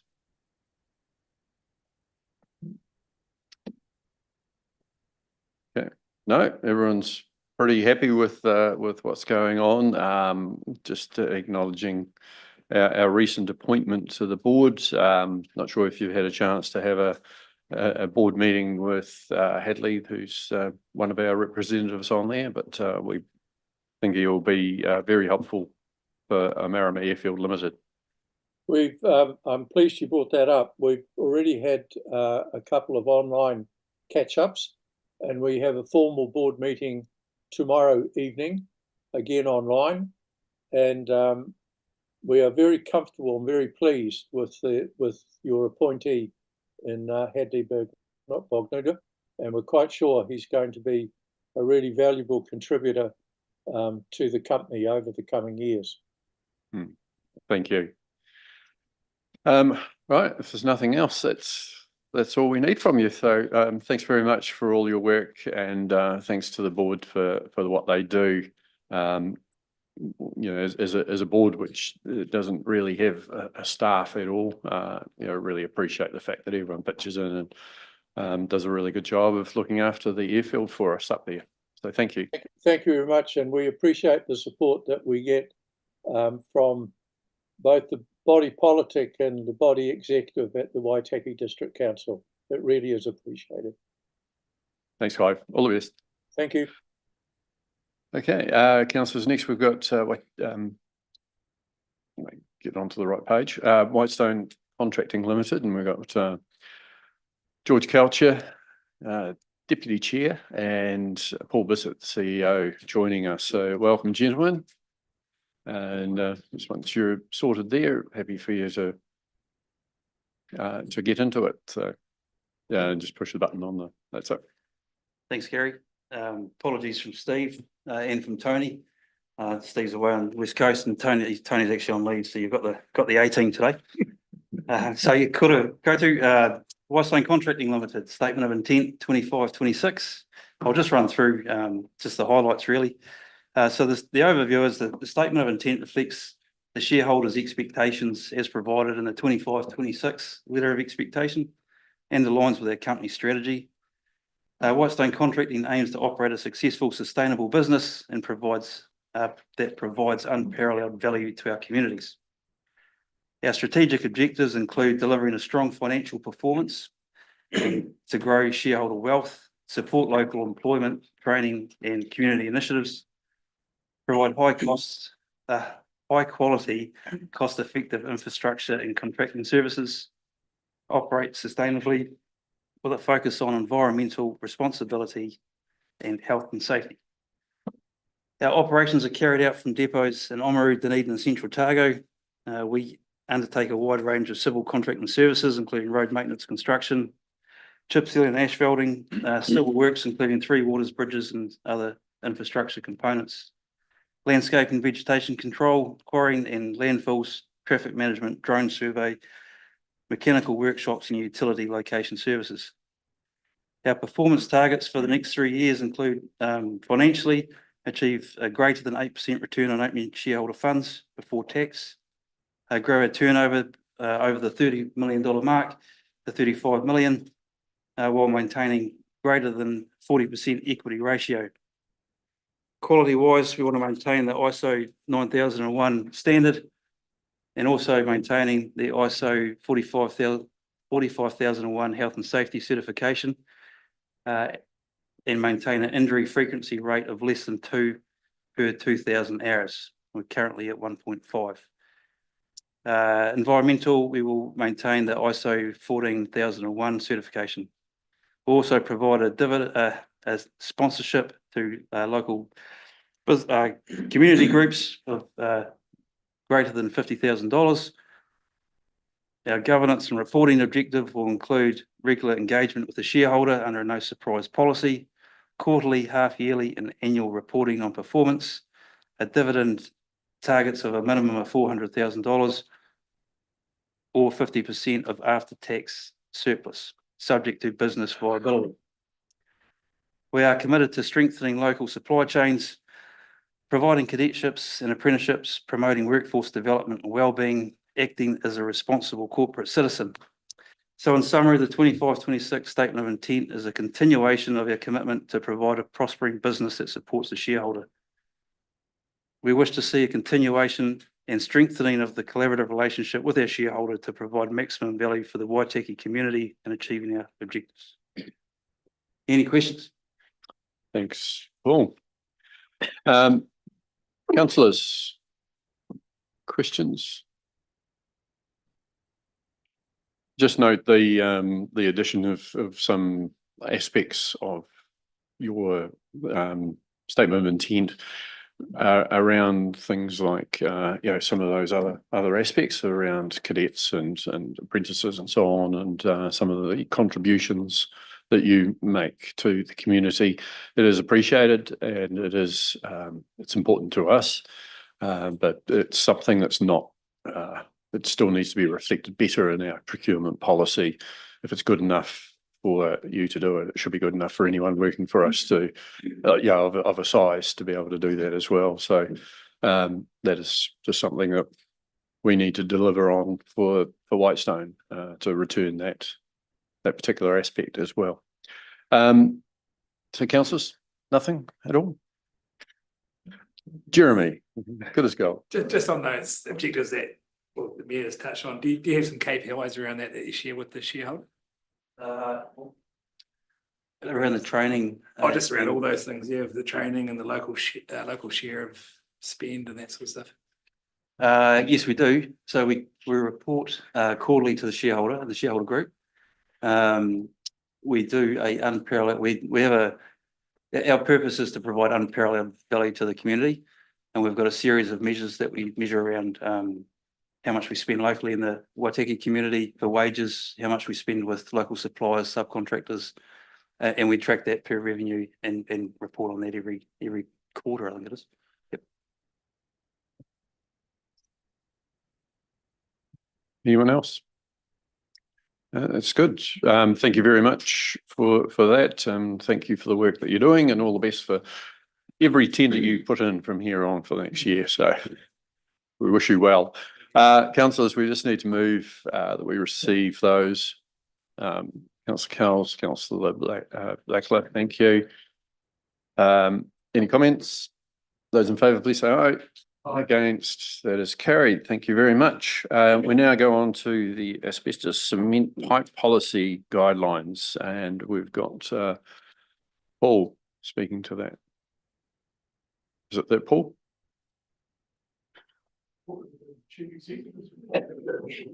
That'll be coming at the end. We're just moving through from here. Roger. I can speak to the asbestos cement pipe policy guidelines if you'd like. Okay. These are, as they say, as it says on the label, asbestos cement pipe policy guidelines. The council signed off in April 24 the asbestos cement pipe policy. These guidelines were asked to be brought back to council for adoption. They very much reflect the policy. Very operational, clearly indicate that officers will take a risk-based approach in deciding how to handle the AC pipe in use, out of use, but still remains a council asset whilst it's on the property. Happy to take any questions or proceed to adoption. Thank you. Jim. I found it now. Hold on, I did have a question. Just bear with me while I find my notes. The one thing that I was interested in the guidelines, on page 68, there's a reference to, well, I'm wondering if there should be a fourth bullet point talking about possible removal. We've got council's approach to mapping and recording maintenance of in-service and out-of-service pipe, managing currently out-of-service AC pipe. So I'm wondering if we do actually need some reference or some policy regarding actual removal of pipes. And the other question I had was in terms of assessing the risks and everything on the next page, page 69, the one thing I do notice with regard to this policy or these guidelines is there's no reference whatsoever to cost or allocation of cost or apportionment of cost. And it does seem to me that it would be helpful for everyone if people knew in advance what, if any, expectations we had of landowners to meet costs of removal, treatment, or whatever. Does the council propose to accept all costs itself because it's its pipe? Yeah, so those are my questions. Thank you, Councillor Hopkins. In relation to your first point, under section 5 course of action, it does consider removing the pipe at the last resort.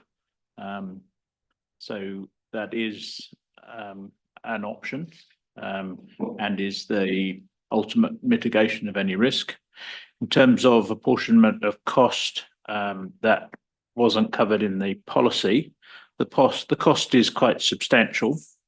And we currently don't have any intention of passing on the costs to the landowners because they are a council asset, and council need to take responsibility for that asset. It's kind of the opposite of an asset, really. Take your point. Guy.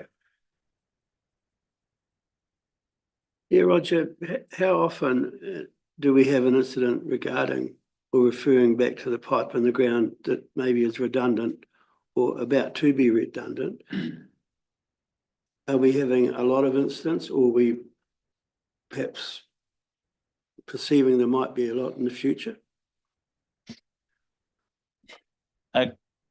Well, the question tends to come up when pipes are up for renewal. And increasingly, this asbestos cement pipe is reaching the end of its life. We do see a number of leaks on asbestos cement pipe. The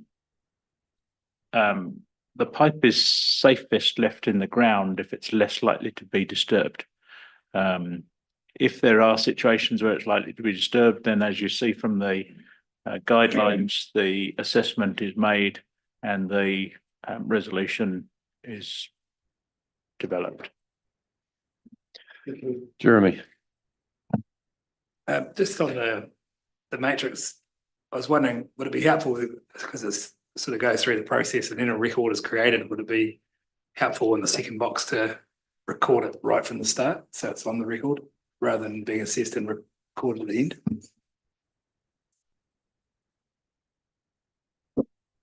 The each time the pipe is referred to and the decision is or the pipe is assessed, there will be a record made, because the officers will make a decision, and if the decision is to leave the pipe there, the circumstances may change around that. The landowner may change what they want to do on that property, so it would be reassessed against the matrix. But we will, each time a decision is made, a record will be kept to ensure that if staff change or circumstances change, we've got something to refer to. I just had a question myself. I totally understand this is a policy, but context would be helpful, I think. So if people are looking at it, they'll actually understand perhaps why we're proposing what we're proposing. This is another issue that we've inherited as the Waitaki District Council. I'm pretty sure Waitaki District Council hasn't installed any of these pipes. It was probably a borough council or a county council or maybe a rural water scheme at the time. Can we have more of the background from the report, but also, just giving some of that context to the situation so that there is a better understanding of that when anyone's going through the policy? So this is the operational guidelines for the policy. I believe the policy is linked in part 2 of the guidelines. So there is a link to it.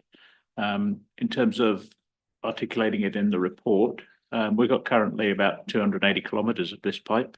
It was a standard method of reticulating water services back in a certain era. And there's extensive networks across, I would say, almost every district. Certainly, we're not the only district dealing with this. There's industry standard practice that's available on websites, etc., that talk about the best way to manage this, and certainly the policy and the guidelines follow that.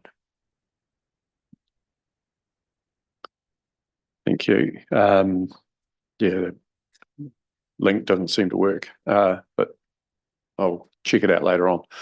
We would ensure that both would be operational when we put these on the website. Okay. Any other questions, Rebecca?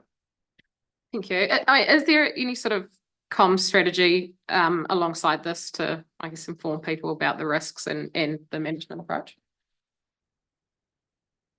The policy and guidelines refer to dealing with it on a case-by-case basis.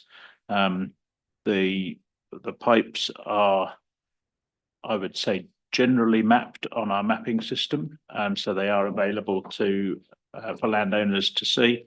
They certainly appear in LIM reports and things like that when prospective property owners look at properties. We have found that in some instances the mapping is not entirely accurate, which is why sometimes it takes a long time to find leaks. But as we come across that, it's continually being updated. We still believe, as per the policy which we brought in April 24, it's best to deal with it on a case-by-case basis. As you're well aware, as soon as you see the word asbestos, it can cause concern. But the industry guidelines suggest that it's, where these are in rural locations, in paddocks that would be mainly often under permanent pasture, they're not going to get disturbed. We maintain the responsibility for the asset ongoing, and as circumstances change, we're prepared to remove it. Are the details where they go through a private property, are the details available on a LIM? Yes, they are mapped on the LIM, provided it's mapped in our GIS system. Right, thank you. That link, I've gone onto the website and it's not working in the agenda on that link to the other policy, so you're aware. Councillors, anything else? Is someone happy to move the recommendation? Councillor Thompson, thank you. And Councillor Linwood, thank you very much. Any discussion on that? Okay, I'll put it. Those in favour say aye. Those against? That is carried. Thank you very much. Moving on to Wahimo Recreation Reserve grazing licence, and we've got Lindsay Hyde joining us. And Roger, this is another of your ones. There's, as you're aware, there's been a fair amount of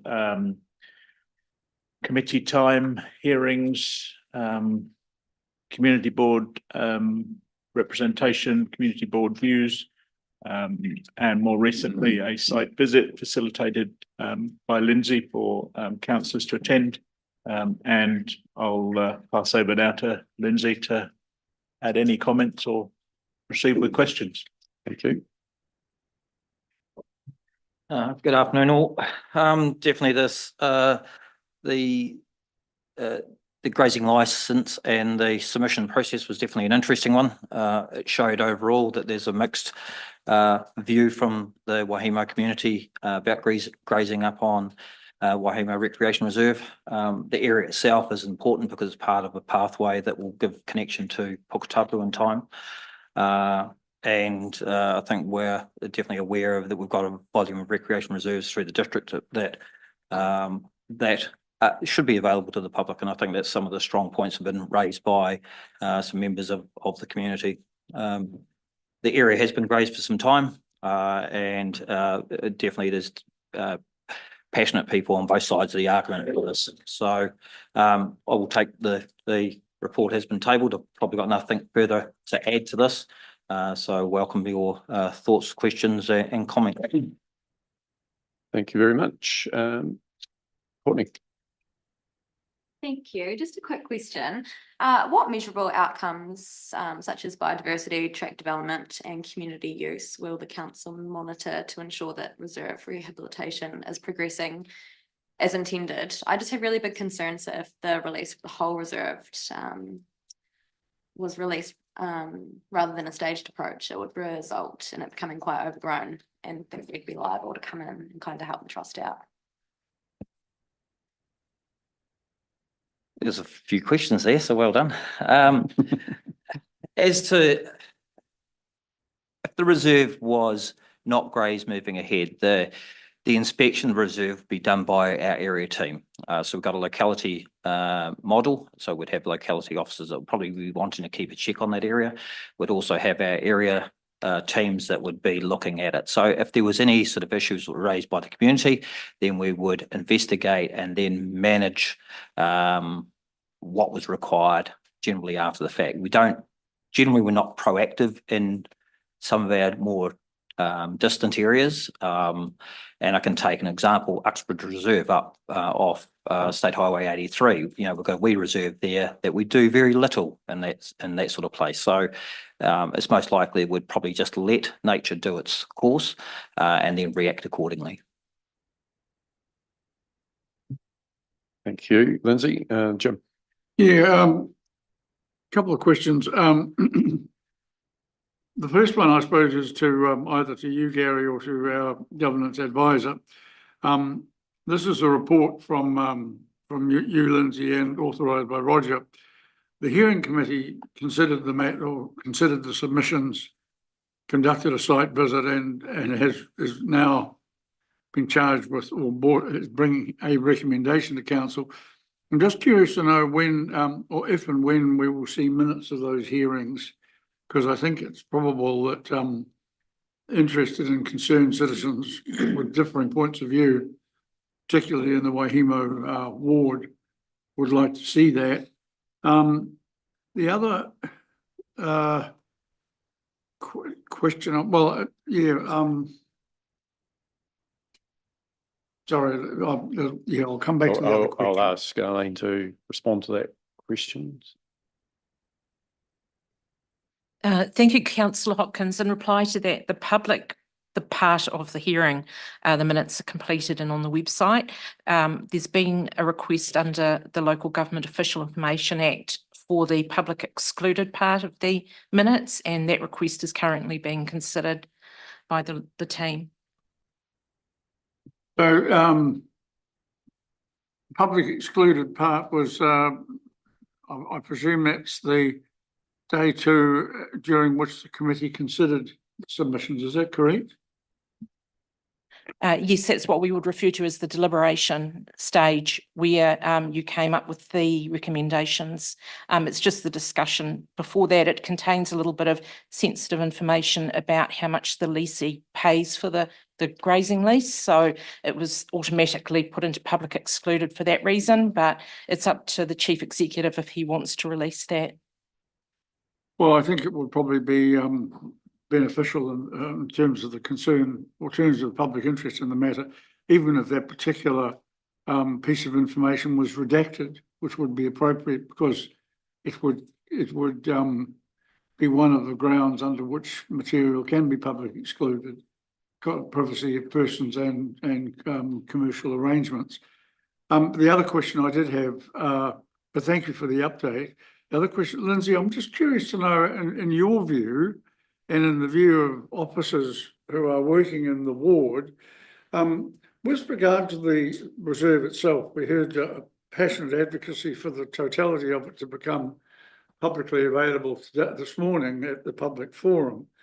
But which would you identify as the bigger problem, whether or not the grazing lease should be maintained in whole or in part, or the apparent lack of any actual credible access to the reserve itself? I mean, we've got other reports that indicate that there are paper roads and so on that haven't been formed, or solutions that are making it difficult for people to get up there anyway. Is that a bigger issue in the overall scheme of things? through the chair. Definitely access into the reserve is a challenge. Currently, there's a couple of unformed legal roads that can provide access into there, but generally splits private farmland. So there is always going to be some problems with people who want to have access to the reserve, making sure they're actually going over what is Crown derived land. So the work to formalise the track up to the summit will create that a clear pathway up there that the public will be definitely aware of. That should be the only access, and so obviously that's in future discussions. But that would we need to solve and make clear the pathways that we can get into the reserve at the moment. But that's a separate piece of work, isn't it? Formalising that route to the summit. Yes, it is. Thank you, Jim, and then Jeremy. Thank you, Mr. Mayor. I would remind my fellow councillors that if they read through the paper, they will see where the community board resolved at its last meeting and selected an option or access. The other thing is that going back to the presentations and the hearings, the recommendation aligns with the recommendation of the community board and the current lessee's preference, or they found that acceptable. I have been given additional information this morning and suggestions around the lease, but as that can't be shared and wasn't part of those original deliberations, I haven't forwarded them on to other councillors because I believe that the paper is pretty self-explanatory. I would suggest that the perhaps the more contentious issue is if there's going to be a partial removal to allow rehabilitation to start, it will be the length of tenure that is offered for the rest of the reserve that really we should be, whilst we're talking about handing that over to the chief executive, we possibly should be giving some direction in terms of whether it's a 1 year, a 10-year or 100-year arrangement.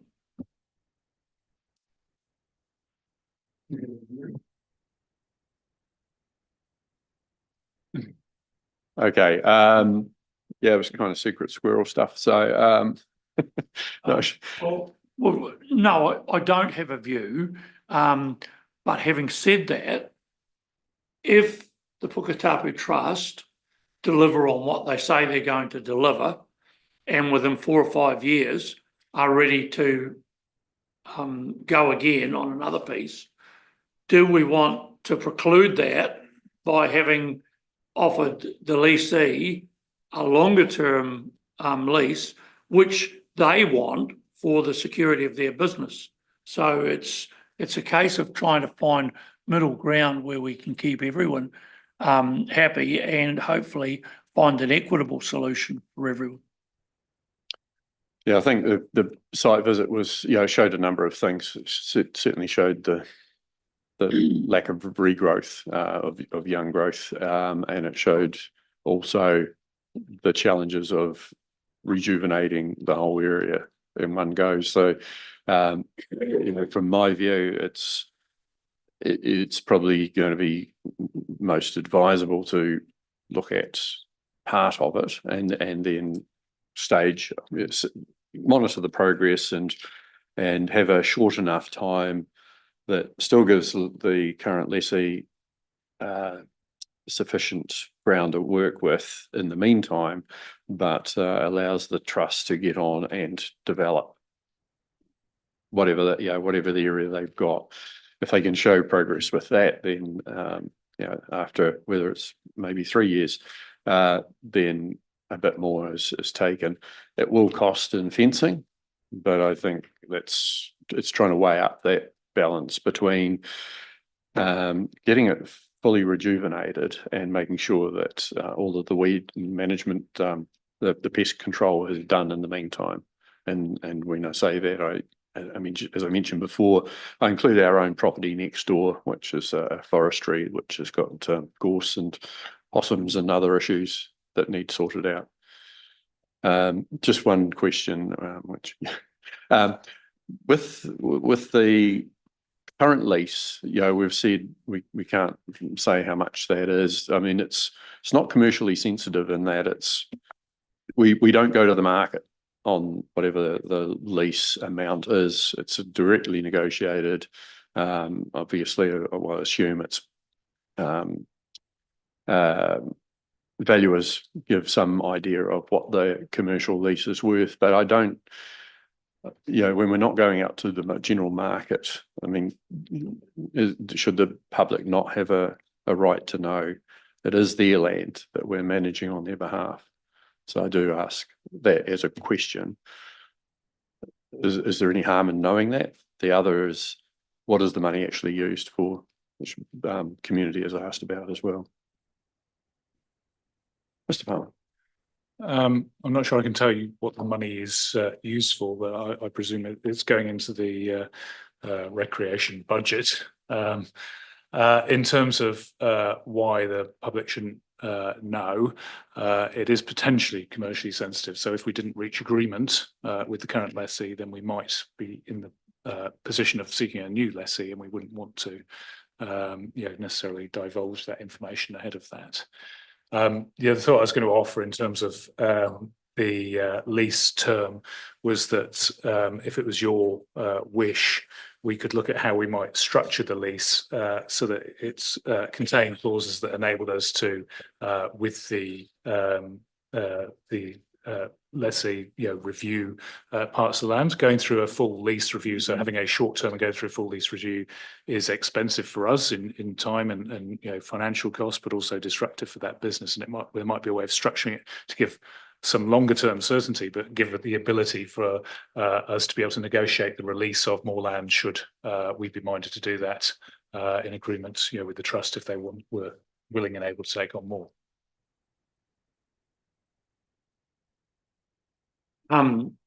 There's a lot of standard leases that are a 3 times 3, 3 years with 3 lots of renewals, 3s and 5s. So I think that you'd very soon find a template for that type scenario.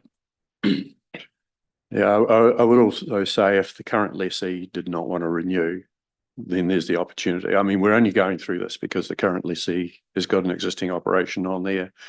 I don't think it would be good governance to say, oh, well, we'll find someone else to lease it. I think that we're only doing it because the current lessee has got this operation going there. And that's why we allow any of it to continue, depending on what we decide today.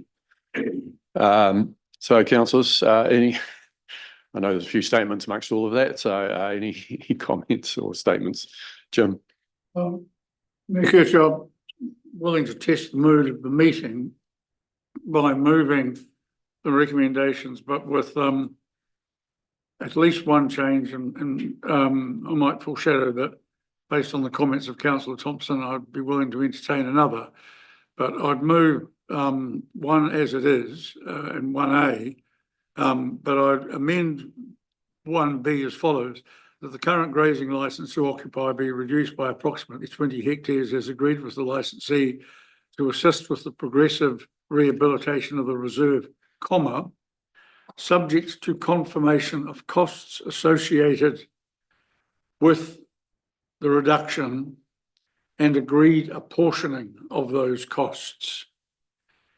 And C, I don't have any specific suggestions regarding the term of the lease, but the license to occupy. No, I don't know whether Councillor Thompson wants to incorporate something for, say, a maximum of 5 years or something of the sort. I don't know. When you talk of apportioning to whom? Well, do the costs sit with us? Do they sit with the lessee? Are they shared? What, if any, portion of them are borne by the community or by the trust? I mean, I think there are interested parties here, all of whom have, if you like, some skin in the game. And I mean, it's been suggested that it could cost as much as $60,000 to do the fencing. Now, one would hope that that's not the case. And that's just, you know, an off the cuff figure that somebody mooted. But if there is a cost to fencing and the area involved is not insubstantial, then I think we as guardians of the public interest and ratepayers' concerns should know where those costs are going to sit. Anyway, look, I move that somebody may wish to second it. If they don't, then something else will come forward. Could you just restate the second part? That the current grazing licence to occupy be reduced by approximately 20 hectares as agreed with the licensee to assist with the progressive rehabilitation of the reserve, subject to confirmation of costs associated with the reduction and agreed apportioning of those costs. So I was working on the basis that it would be the lessee that would meet the cost of any fencing that they need. Is that correct, Lindsay? Yes, the relocation of the fence should be part of the commercial resizing of the reduced area land. So I just think we do have to be mindful. As a reserve, we still have to provide fencing, and so obviously that fencing will be at a lower standard than what the current deer fencing is. The grazier would be responsible for ensuring that they've got suitable fencing in place to make sure that their stock are not getting out and creating any problems for any neighbouring properties, whether it be our land or any other subsequent land close by. In which case, what I propose could stand because it doesn't contradict that. So, I mean, rather than say in advance, subject to the lessee paying all associated costs of the reduction, because that may be a matter of dispute and contention, it does actually allow you guys to confirm precisely what you've just said to us. It implies to me we'd need to come back to council once we've established what the costs are going to be. That could be done by email. Not if it's a council resolution. It would need to formally come back to council to confirm before we complete anything that we've satisfied the resolution. It's a conditional resolution rather than a resolution to proceed. No, I wanted clarification first. So, and just on that, I think the third one could be that we delegate the CE to negotiate, but those terms come back to council for approval. As a way forward, because what I'm hearing is the devil will be in the detail of that, and I think without trying to be explicit about all of those different aspects now, it would be better to come back to us.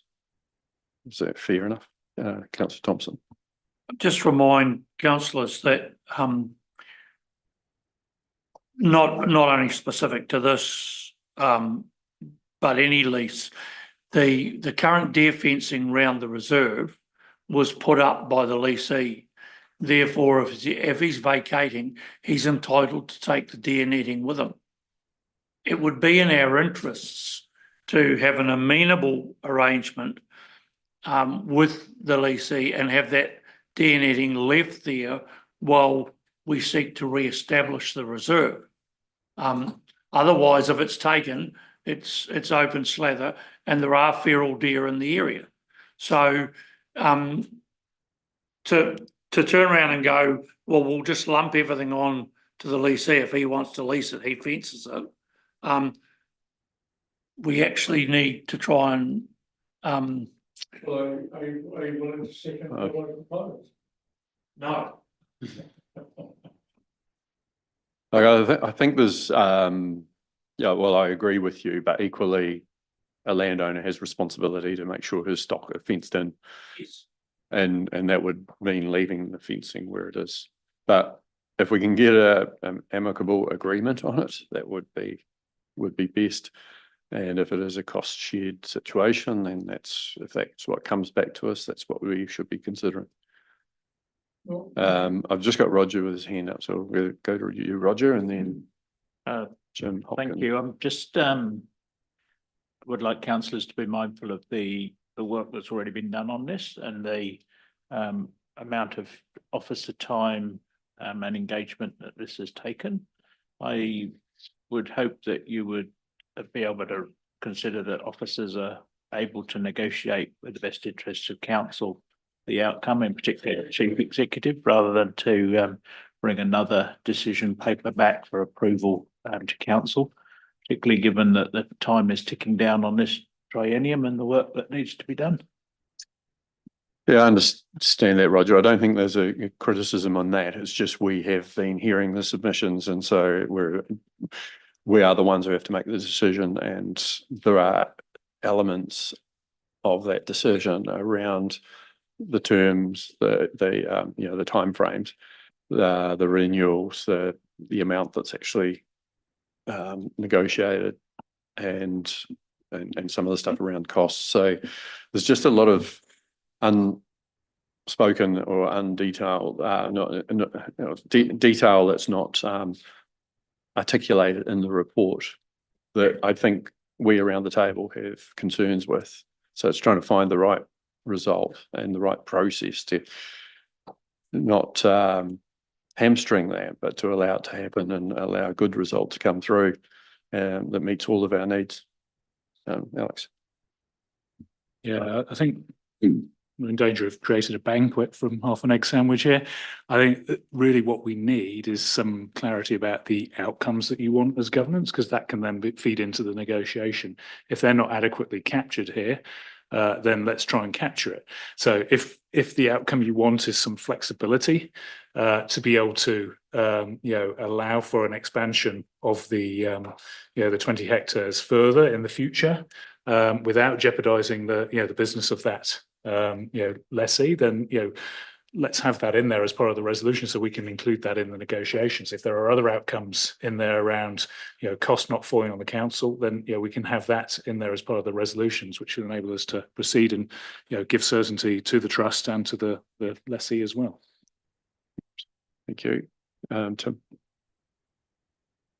Thank you. If I could offer a slight amendment that might satisfy Mr. Palmley's comments just now. We follow the recommendation 1A, 1B as reads, and also C as reads, but remove the full stop at the end of the sentence on occupy, and continue with and renewal terms that allow sufficient notice for the leasee, but align with the successful establishment of the retired reserve and ambitions for future growth. Just stop there. I'd second that. So basically, the intent is we want to make sure that the leasee has a sufficient notice period to exit any remaining area, but once the trust has proven itself in the ability to establish the existing site that's been handed over, we're unable to enact something that allows that growth and reserve establishment to continue. So that's moved. Councillor Blacksworth, seconded. Councillor Hopkins. Do you want to speak? Jim had already said so. So he just withdrew his original motion, which took a long time before I sort of seconded, but it became redundant. So, okay, anyone wanting to speak to the motion? Sorry, look, if I may, I just want to make a point because as chair of the committee and along with other members of the hearing committee and other councillors who sat in as well, we put a lot of sincere and committed effort into this and a lot of thought into it. And the site visit was definitely illuminating and helpful. Spartan though it was in terms of well, bracing as it was in terms of the climatic exposures. But I just think that it's really important to note the levels of passion on both sides of this debate that have been generated in the local community, and the sincerity with which people have engaged. I think this is an opportunity for the Trust to actually demonstrate its commitment and its ability to actually honour that commitment by genuinely reinvigorating, as it says it wants to, a new and an increased portion of the reserve, and success in that will almost certainly lead to further expansion of its activities in other areas of the current reserve. And I do also just reiterate for everyone in the ward, what the council is doing in this instance is actually acknowledging and accepting a recommendation that originally came from the community board. And it's that community body established in statute that actually considered the matter in the first instance and brought its recommendation to us. And whereas there have been heated views expressed or passionately felt views expressed on both sides, those who've endorsed the community board's position have been as numerous and as energised as those who didn't. Thank you. Any other speakers? I shall put it then. Those in favour say aye. Those against? That is carried. Thank you. And yeah, just acknowledge the work that has gone into this by officers and elected members, both the community board and the governance team. It's been a lot of discussions and a lot of a very challenging decision to get to, but we have got to that point. I do wish the Puketapu Trust all the very best as they get on with the piece of land that they will have access to. And I'd certainly encourage council through its biodiversity grants to support the project as much as possible. Should an application come through in due course, it's going to be a big job, and it's something that I think will be a wonderful asset in the future, but it's going to take a lot of work to get there. So thanks very much. Thank you, Lindsay, for your work. Appreciate that. Okay, councillors, we're going to go back to the CE's report, which is on page 37. So, Alex, to you. Thank you.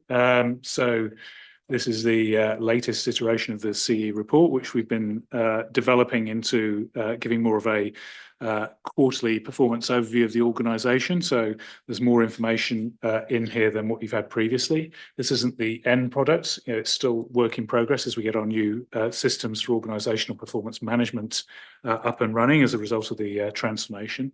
I'd just like to highlight as well that, you know, contrary to what was reported in a column in the Omri Mail last week, it contains progress with my KPIs, which are set in public. And this is something that I asked when I started here, that my KPIs be set in public, and I've reported on quarterly for the past 4 years.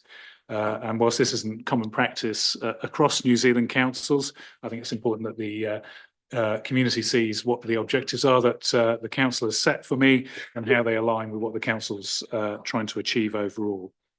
I'll take the report as read, but there's a few things I want to pull out of the report and highlight. So I'd like to highlight, the pressure continues on the organisation. Our resources are stretched. Your team is, working hard, and the processes we've been going through, some of which are planned and some of which we hadn't planned to be going through, have challenged us. So the LTP, the water reform, whilst undertaking the transformation, and BAU, as well as, the district plan, which, took longer than we'd originally scheduled for. These are all big things for any organisation, particularly one of our size, and we have been stretched during this time. And I thank you for your patience as we work through these big issues. I just highlight under transformation that we're now 3 months on from all of the teams having been stood up. That doesn't mean the job of change is done. That means that actually for a lot of the bigger changes, we're starting now to implement them and embed them. And some of the things you can see in this report, such as the project management progress reports, are actually a product of the changes we've made. So setting up a PMO and being able to manage our projects consistently across the organisation and have a better handle on them and the information on them is part of the changes. I'd highlight the customer service area, where we have the customer service offering at the library, which has gone ahead smoothly without the disruption that some people feared, and the progress on the digitisation of forms, where we're increasing access to online services, which is enabling us to offer services at a better time for people to access, but also creates efficiencies in our back office in dealing with those. The case management approach that's developing to deliver a better level of service to our customers in a much more joined up way, and still more things to come within this space, particularly our customer service portal, which is under development, which will improve access to all the range of services we have to our customers and the information that we hold on them. And all of this is moving us forward to ensure that our residents can access the services instead of at a time when it's convenient to us, to being able to access them at a time that's convenient to them, and doing this more efficiently, reducing the cost to serve and speeding up the service processes as well. So it's not job done, but it's significant progress forward. I mentioned about the project management office within there. We're doing a lot of work also around benefits realisation. So the objective wasn't to just make changes, it was to make changes to bring benefits to the organisation and our community. So we've shared with you previously an update on the benefits realisation framework, which was originally agreed in the business case that came to council. Part of that, we've undertaken an assessment of the staff costs. So this was something where we changed course slightly. It was never the original intention of transformation to reduce the staffing headcount, but given the change in financial climate we're experiencing, we had a focus on that. So attached at the appendix there, you'll see the assessment taking place by our partners Maven in terms of our progress there in reducing the staff FTE and the costs associated with that. This isn't, the total answer in terms of efficiency. We are looking at other aspects of efficiency as well and how we realise those efficiency benefits, including where those can convert into cashable savings to support the council's financial position. We still have more to do in terms of communicating transformation, and we've managed to start stepping this up. I think we've been rather crowded out by the work on LTP and waters, which has dominated both our communications team and the space out there in which to communicate with our community. And I think this is part of being a good accountable organisation, is generating a better understanding of the changes we're making and why we're making them and what the benefits are to our community. And I stated there that we're working to, as planned, close the programme by the end of the calendar year.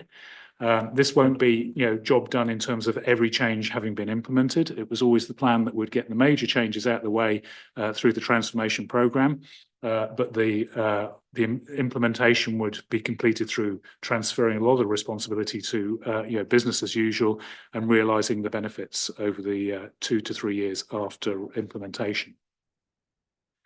A couple of other things I'd highlight. We talked already about LTP and it being challenging. I'd just highlight in my report, I said that it wasn't the process we planned. We had to put a lot more into it, and the we is governance and staffing side to deal with what was a very challenging financial picture.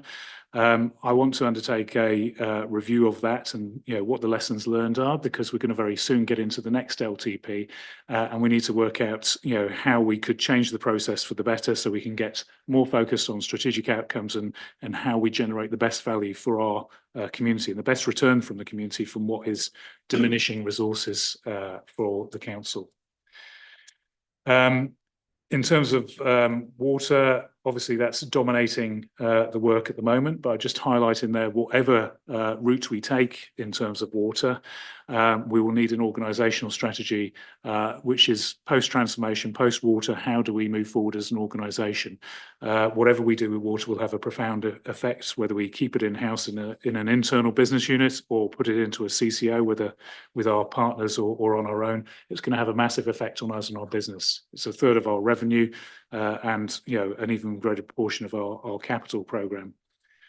So we are starting to think about that and want to capture the views of council before the end of this term to feed into that process for the consideration of the next council.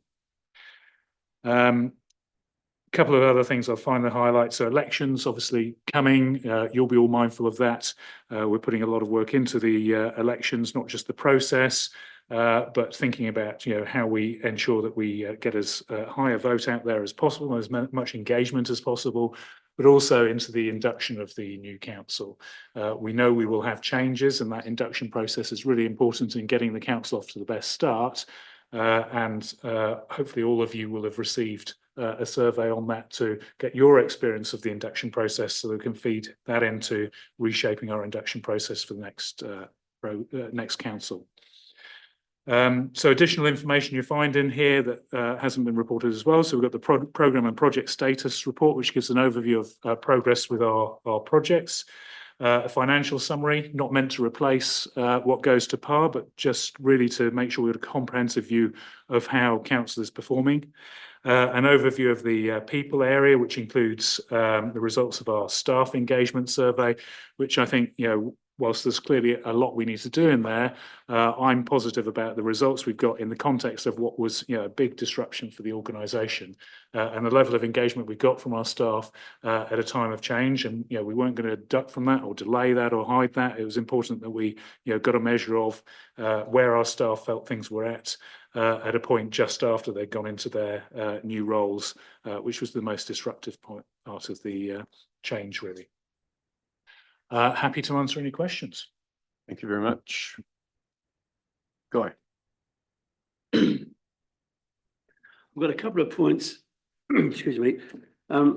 One regarding the staff numbers, and I'll stand to be corrected if I'm wrong, but on page 56, you've got by gender 267 people, not FTEs, just people, and by age you've got 269.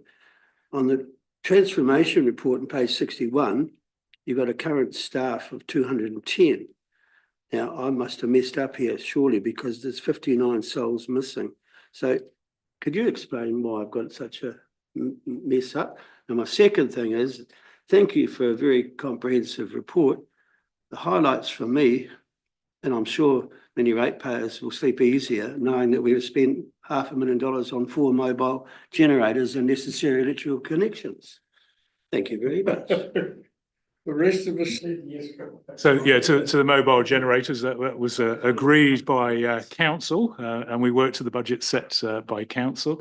In terms of the staff numbers, just to answer that, so in the assessments in the appendix, that's talking about full-time equivalent staff, whereas the people report side of things talks about people. So we have a lot of part-time people, so people that might do 2 days a week or 4 days a week. So we're talking the different numbers are a result of you're looking at different things. You're looking at full-time equivalents versus actual number of people. Well, a couple of things. We pay those people, so that's what I'm worried about, because that affects our salary and payroll. But also getting back to the generators, the last time I remember discussing it here, we decided that we could perhaps defer that, but we didn't, and we therefore spent it, which I was very opposed to. I just wanted the public to know that.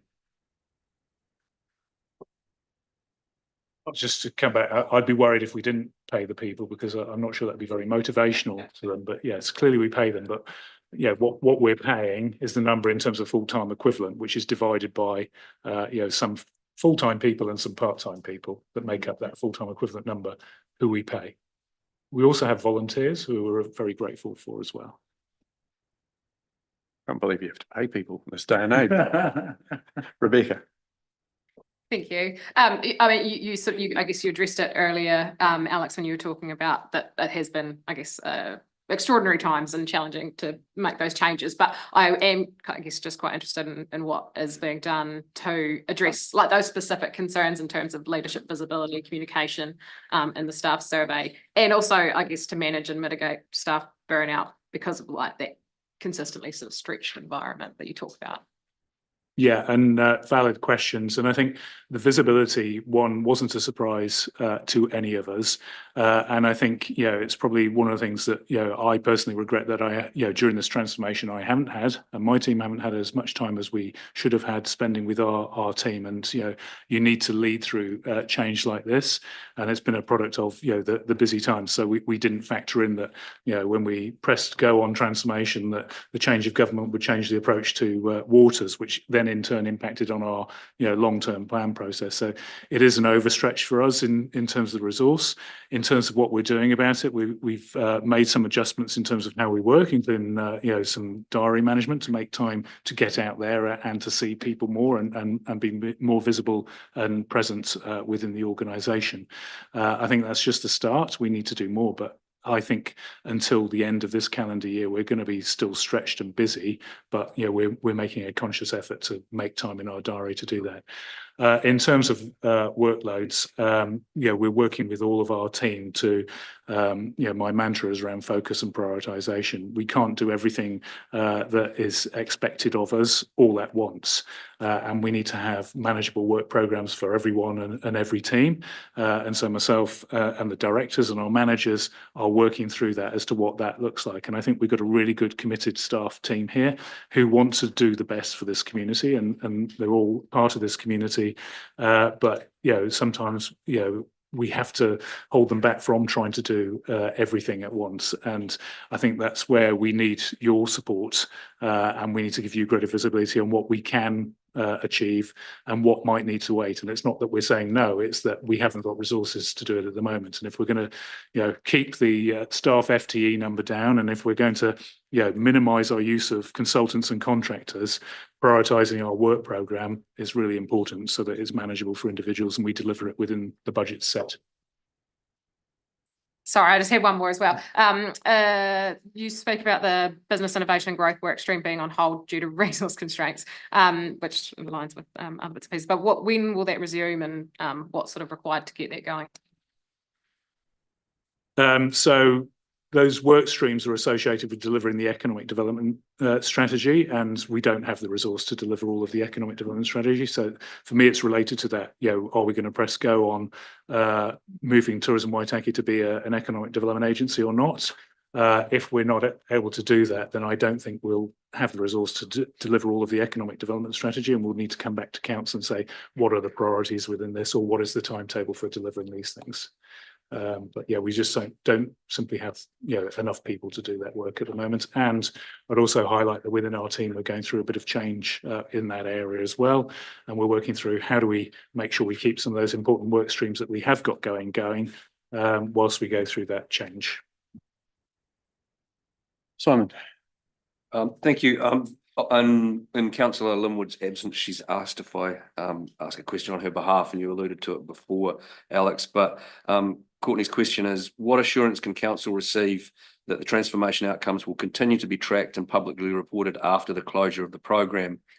Following on from that, the council has received regular reporting on service improvements for the community, including feedback specifically around the service desk at the library, etc. Yeah, and I think that's a good question. So part of this feeds into the organisational performance management framework. And at the end of the programme, it's not the end of the ambition in terms of how we want to improve the organisation. So we have a very small but efficient team that's dedicated to performance and continuous improvement, and so they will own the information on that and make sure that we're reporting the right information to me and my management team, but also to you as council, so you can see that we're continuing to progress. Part of it is, as part of that transition piece that we need to do, being clear on where responsibility sits. So it was always the plan that once we stood up teams, that instead of the transformation team driving and delivering everything, that they move into a supportive role and that the responsibility for certain outcomes transfers to those new teams. So we're in that process at the moment. So, you know, the customer outcomes that we want don't sit with the transformation team anymore. They sit with Lisa and her customer teams in terms of driving those outcomes. And what we, you know, need is that, you know, the benefits realization framework and some of the metrics we've got in there to be reflected in the organizational performance management metrics that we report back on a regular basis. Thank you. Got a few other hands up. I'd put mine up before all of you. So, how do we know? The chair knows. Just under KPI 1, we've got the well-governed section of delivery and implementation of the transformation program. You know, important part for me is the ability to hold management to account, and you know, we have been quite used to getting told we need to wait, we can't get this. There's a lot of stuff going on. The team are under a lot of pressure, which we've accepted, and we've allowed some space for those things to happen, which is only right. I just want to get an understanding about, you know, we had a number of things we used to have in place to help hold management to account, and I just want to know from our officer side, you know, what are those mechanisms going to look like in the future?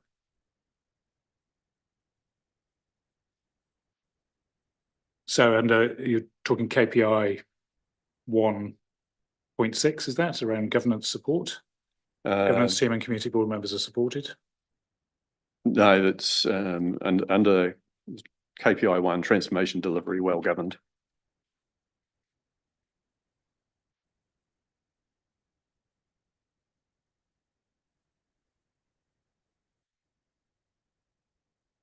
So that's an objective within there.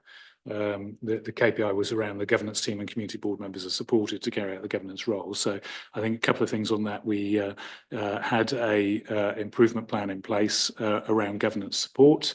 I think a lot of that has been delivered, and I think we need to report back on the progress of that. Obviously, we've got changes within the governance support team, and you know, we need to pick up what the remaining work is to be done, and we're just still, I think, completing a recruitment process within the governance support team, so we have a full complement in there. But in terms of the holding to account, that's what I'm referring to as the organisational performance management framework. So part of that is, you know, enhancing this report to council. So instead of it just being KPIs, it gives an overview of council performance overall. And part of that is then around what we report to the Performance Audit and Risk Committee. So we had the session today on the water treatment and wastewater metrics, and those are going to come back on a regular basis. What we're aiming for is that you have a suite of things that come back on a regular basis so that you can see how we're progressing on things, whether it be within roading, you know, contracts and roading delivery, or in our customer service area, where we'll have metrics around, you know, performance there. You know, we've got objectives in terms of what that looks like, so that you've got better information that's being reported to you more regularly. And then also in the background, we are looking at the resources you have to access information more readily, so you're not waiting for those reports. So the objective with the new financial system is that you'll be able to go in and look at the finances and, you know, be able to raise, you know, issues and questions there. So you'll be able to see, you know, how the money is tracking at any time, not just waiting for those monthly update reports to par. And similarly, we're looking at a dashboard for elected members, which will include things like, you know, the projects, so you can be able to see at any point, you know, where we're at with those. But we're not there yet in terms of those systems being up and running. Yeah, thank you. The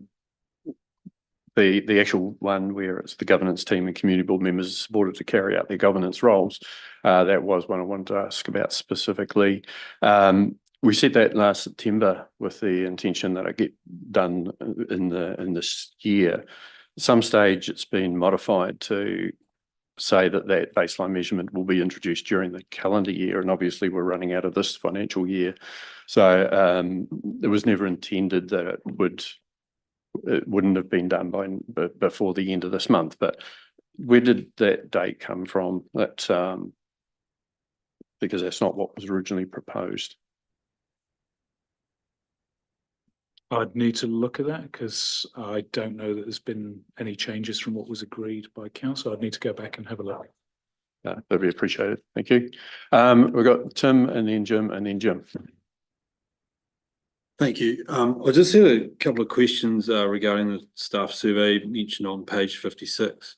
I note the net promoter score of -29, and I just wanted to understand what the primary driver or key themes of that result was, if that's different to what's been mentioned around the visibility aspects and stuff. And also, I just note 27% non-participation rate, and I wanted to understand if that's of concern and you know, if we've kind of explored what the rationale behind that non-participation was.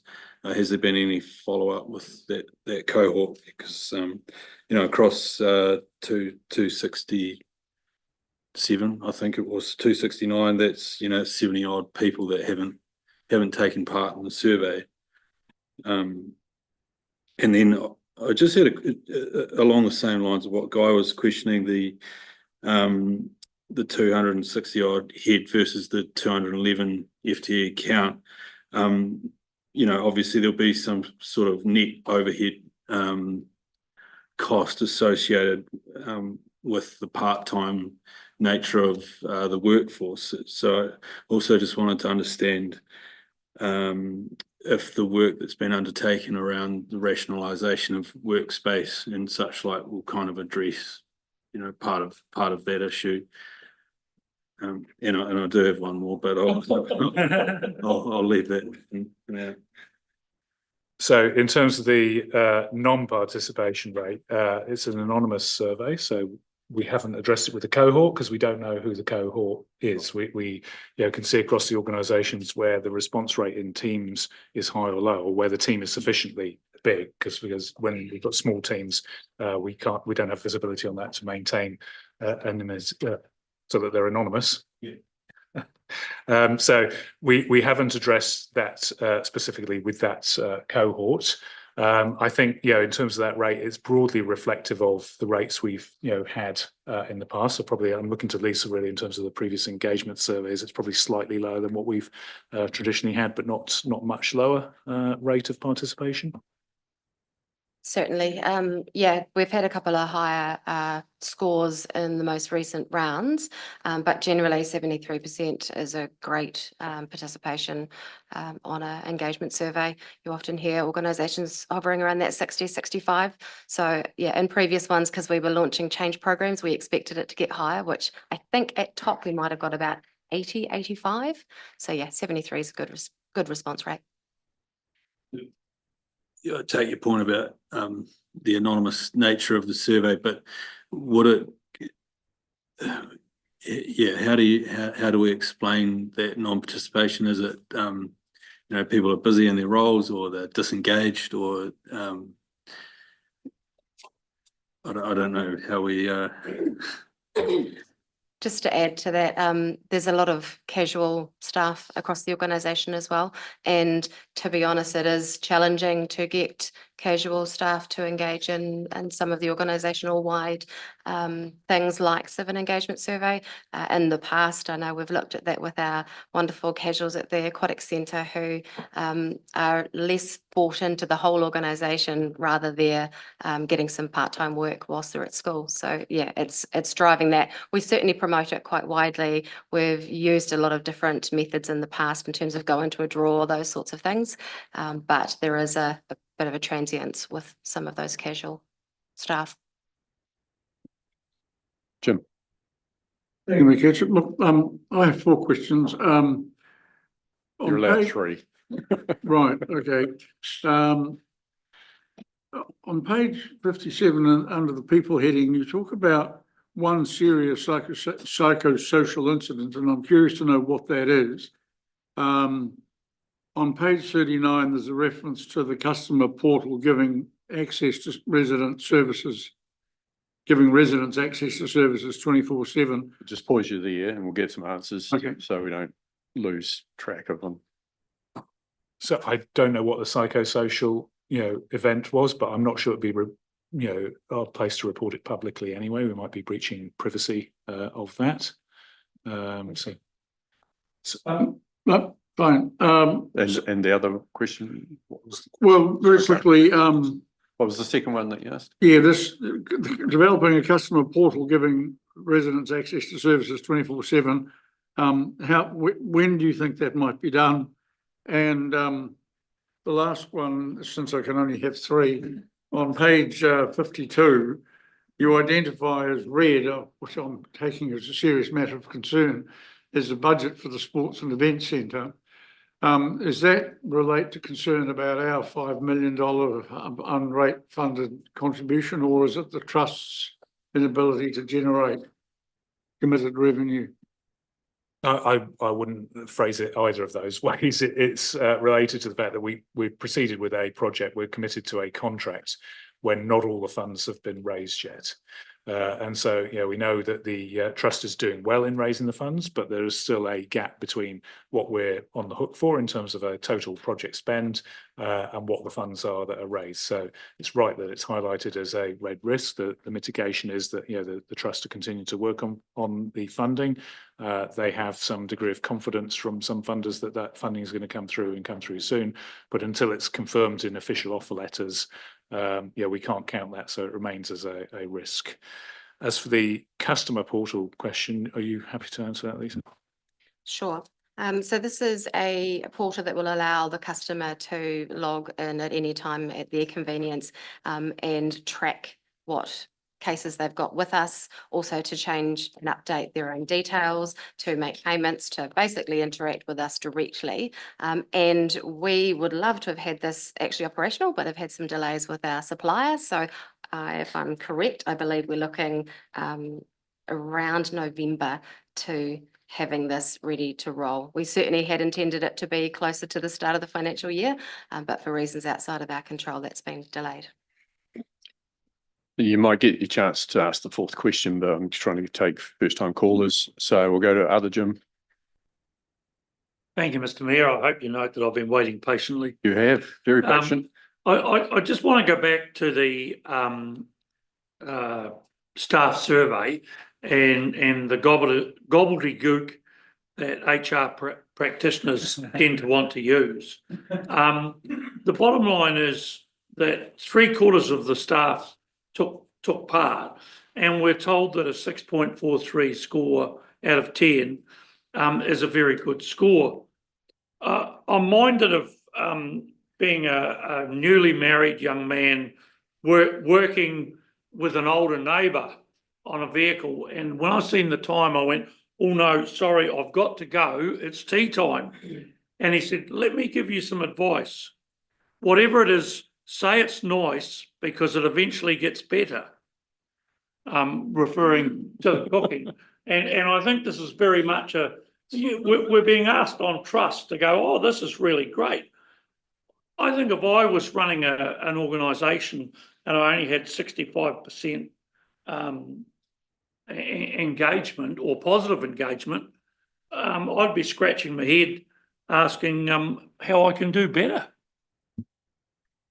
So we are scratching our head and asking how we can do better. There is a plan that is developing around this. It links in with our people strategy, as to refer to there.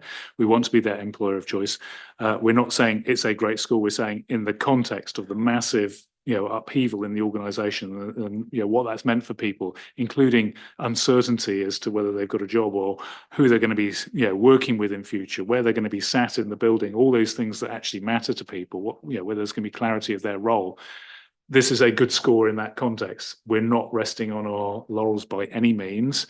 Our commitment is to improve that score through implementing our people strategy. One of the ambitions of transformation is to be an employer of choice.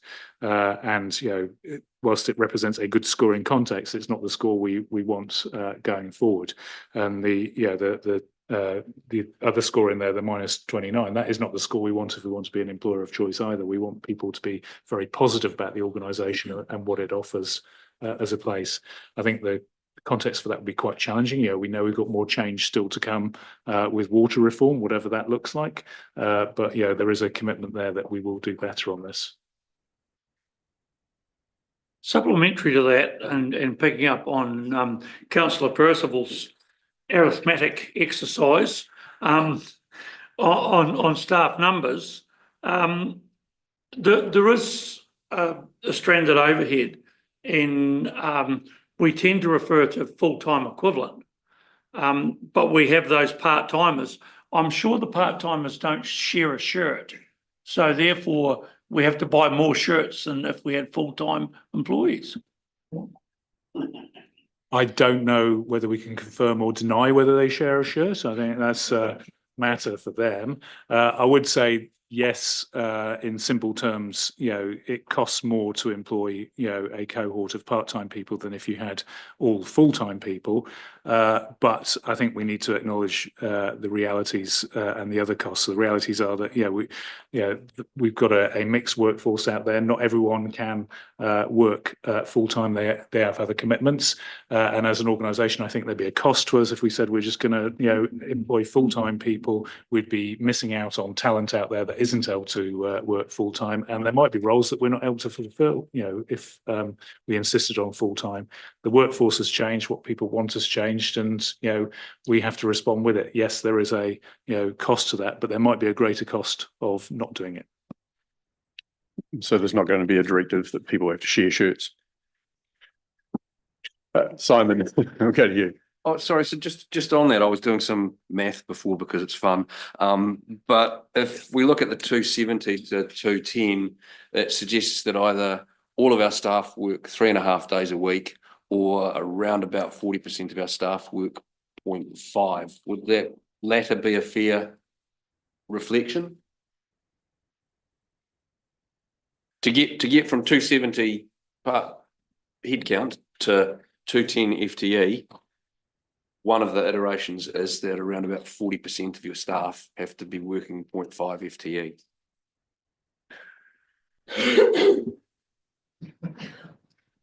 I'm not sure I understand the question. But I'm saying, in terms of this, to be able to get from 270 staff members to 210 FTE equivalent, one of the iterations of how that works is that 40% of the 270 people would have to work 0.5 FTE. Is that fair? That seems very high. I guess one of the questions is, what's the range of hours that people do work?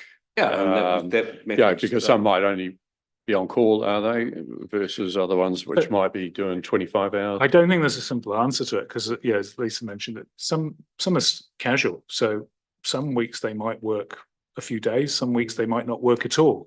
So I think probably the best bet is we email an answer to you that gives you a breakdown of full-time, part-time staff and what the ranges of the part-time staff and the casual staff, because it's not a simple answer. I think if you try and work it out from here, you'll probably drive yourself nuts because I don't think there is any week it could be a different answer to the week before. No, I totally understand the question and understand the maths, but that data will help. Yep. Tim. Thank you.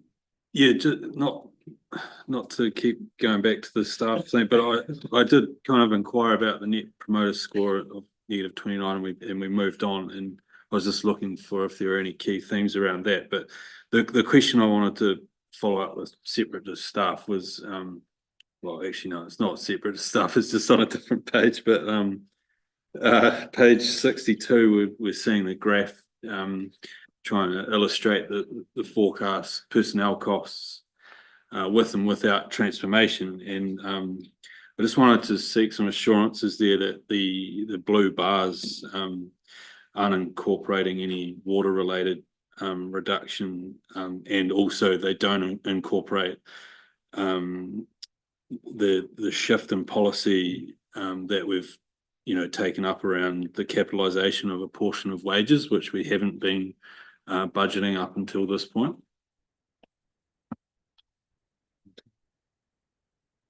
There's certainly no potential water changes included in these bars at all, because, we don't quite know what's happening there yet, so I felt it safer to leave that out of the equation.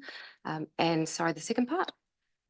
So we heard through the LTP budgeting process this year, we've adopted a change in approach around budgeting the capitalisation of wages, whereas in the past we've set that as part of the budget, which is and it's been provided as a reason behind our budget overspend.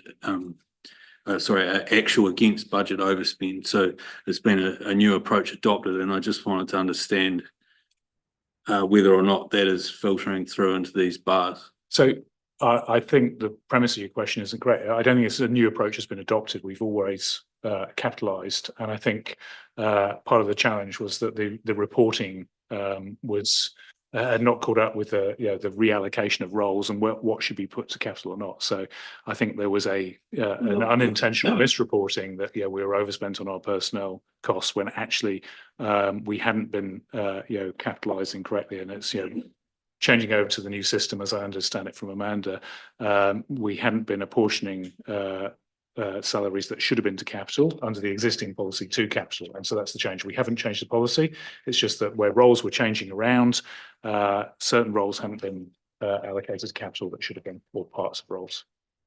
So for clarity, it was the shift into the new financial system that it wasn't picked up, and so in a moment at a time. So for clarity, it was the combination of the shift in financial system and the complete change in our organisational structure and roles within that. So, for example, whole new team, PMO, Mark's team. So nearly all of their cost, should be allocated to the capital projects that they're delivering, and we hadn't done that, and it wasn't reflected in the financial reporting.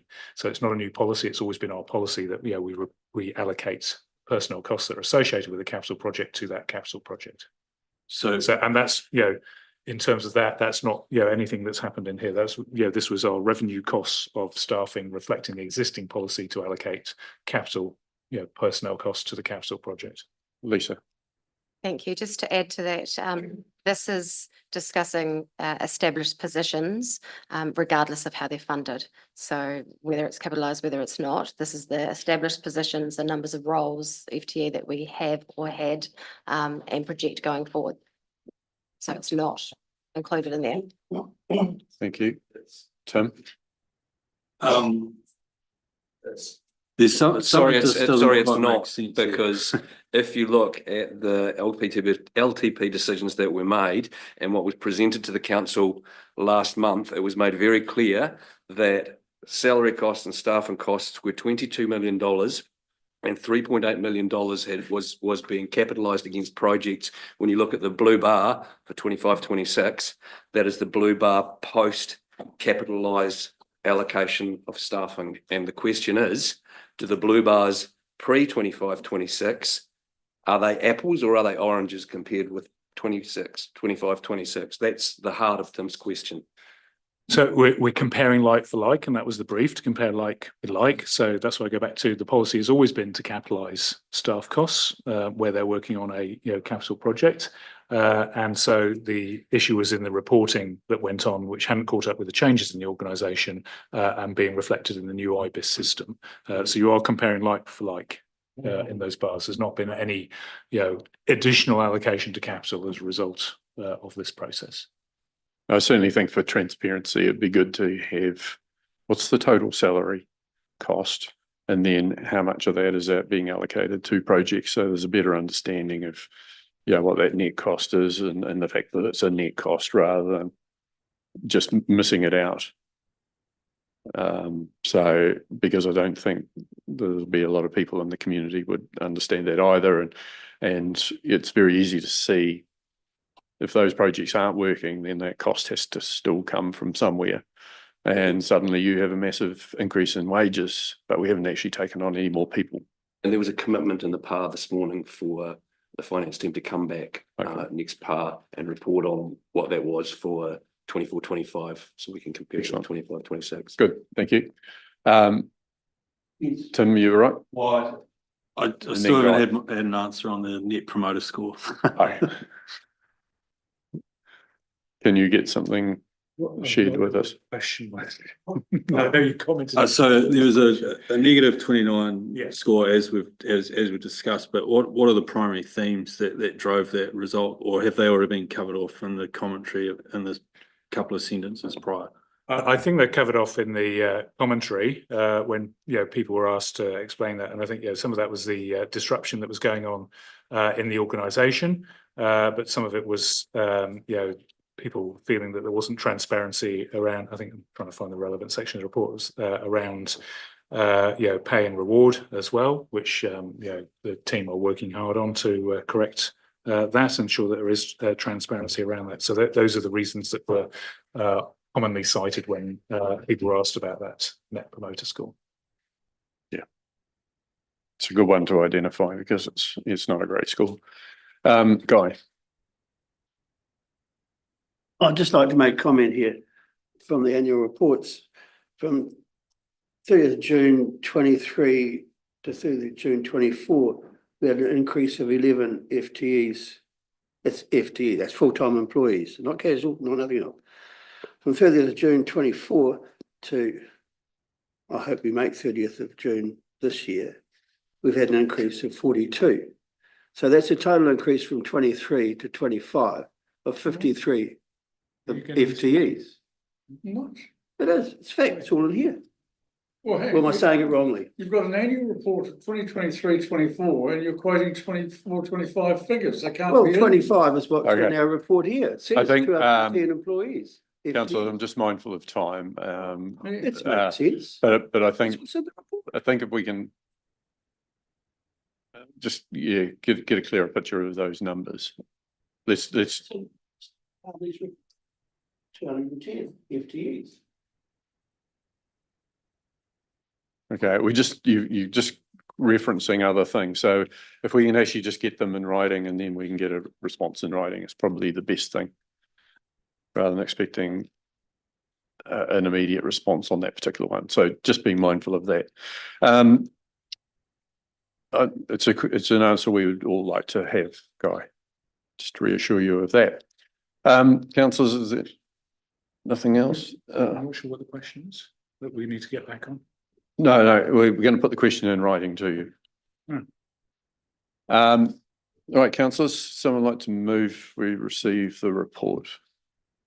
Oh, Thank you, councillor Hopkins, seconded councillor Ryan. Those in favour say aye. Against, that's carried. That's the end of our public part of the agenda. We've got a couple of sets of minutes and a couple of items to discuss in public excluded. One of them a recommendation from the Waihemo Community Board. So someone like to move that we go into public excluded, please. Councillor Holding, thank you, and seconded councillor Thompson. Thank you very much. Those in favour say aye. Against, that's carried. Thanks everyone for joining us on the live stream. Hopefully it's been informative. There's been a lot of questioning of the CE's report, and hopefully there's some good information that's been gathered from that. But appreciate you taking interest in this council meeting, and thanks everyone around the table. With that, we'll adjourn the meeting. Thank you.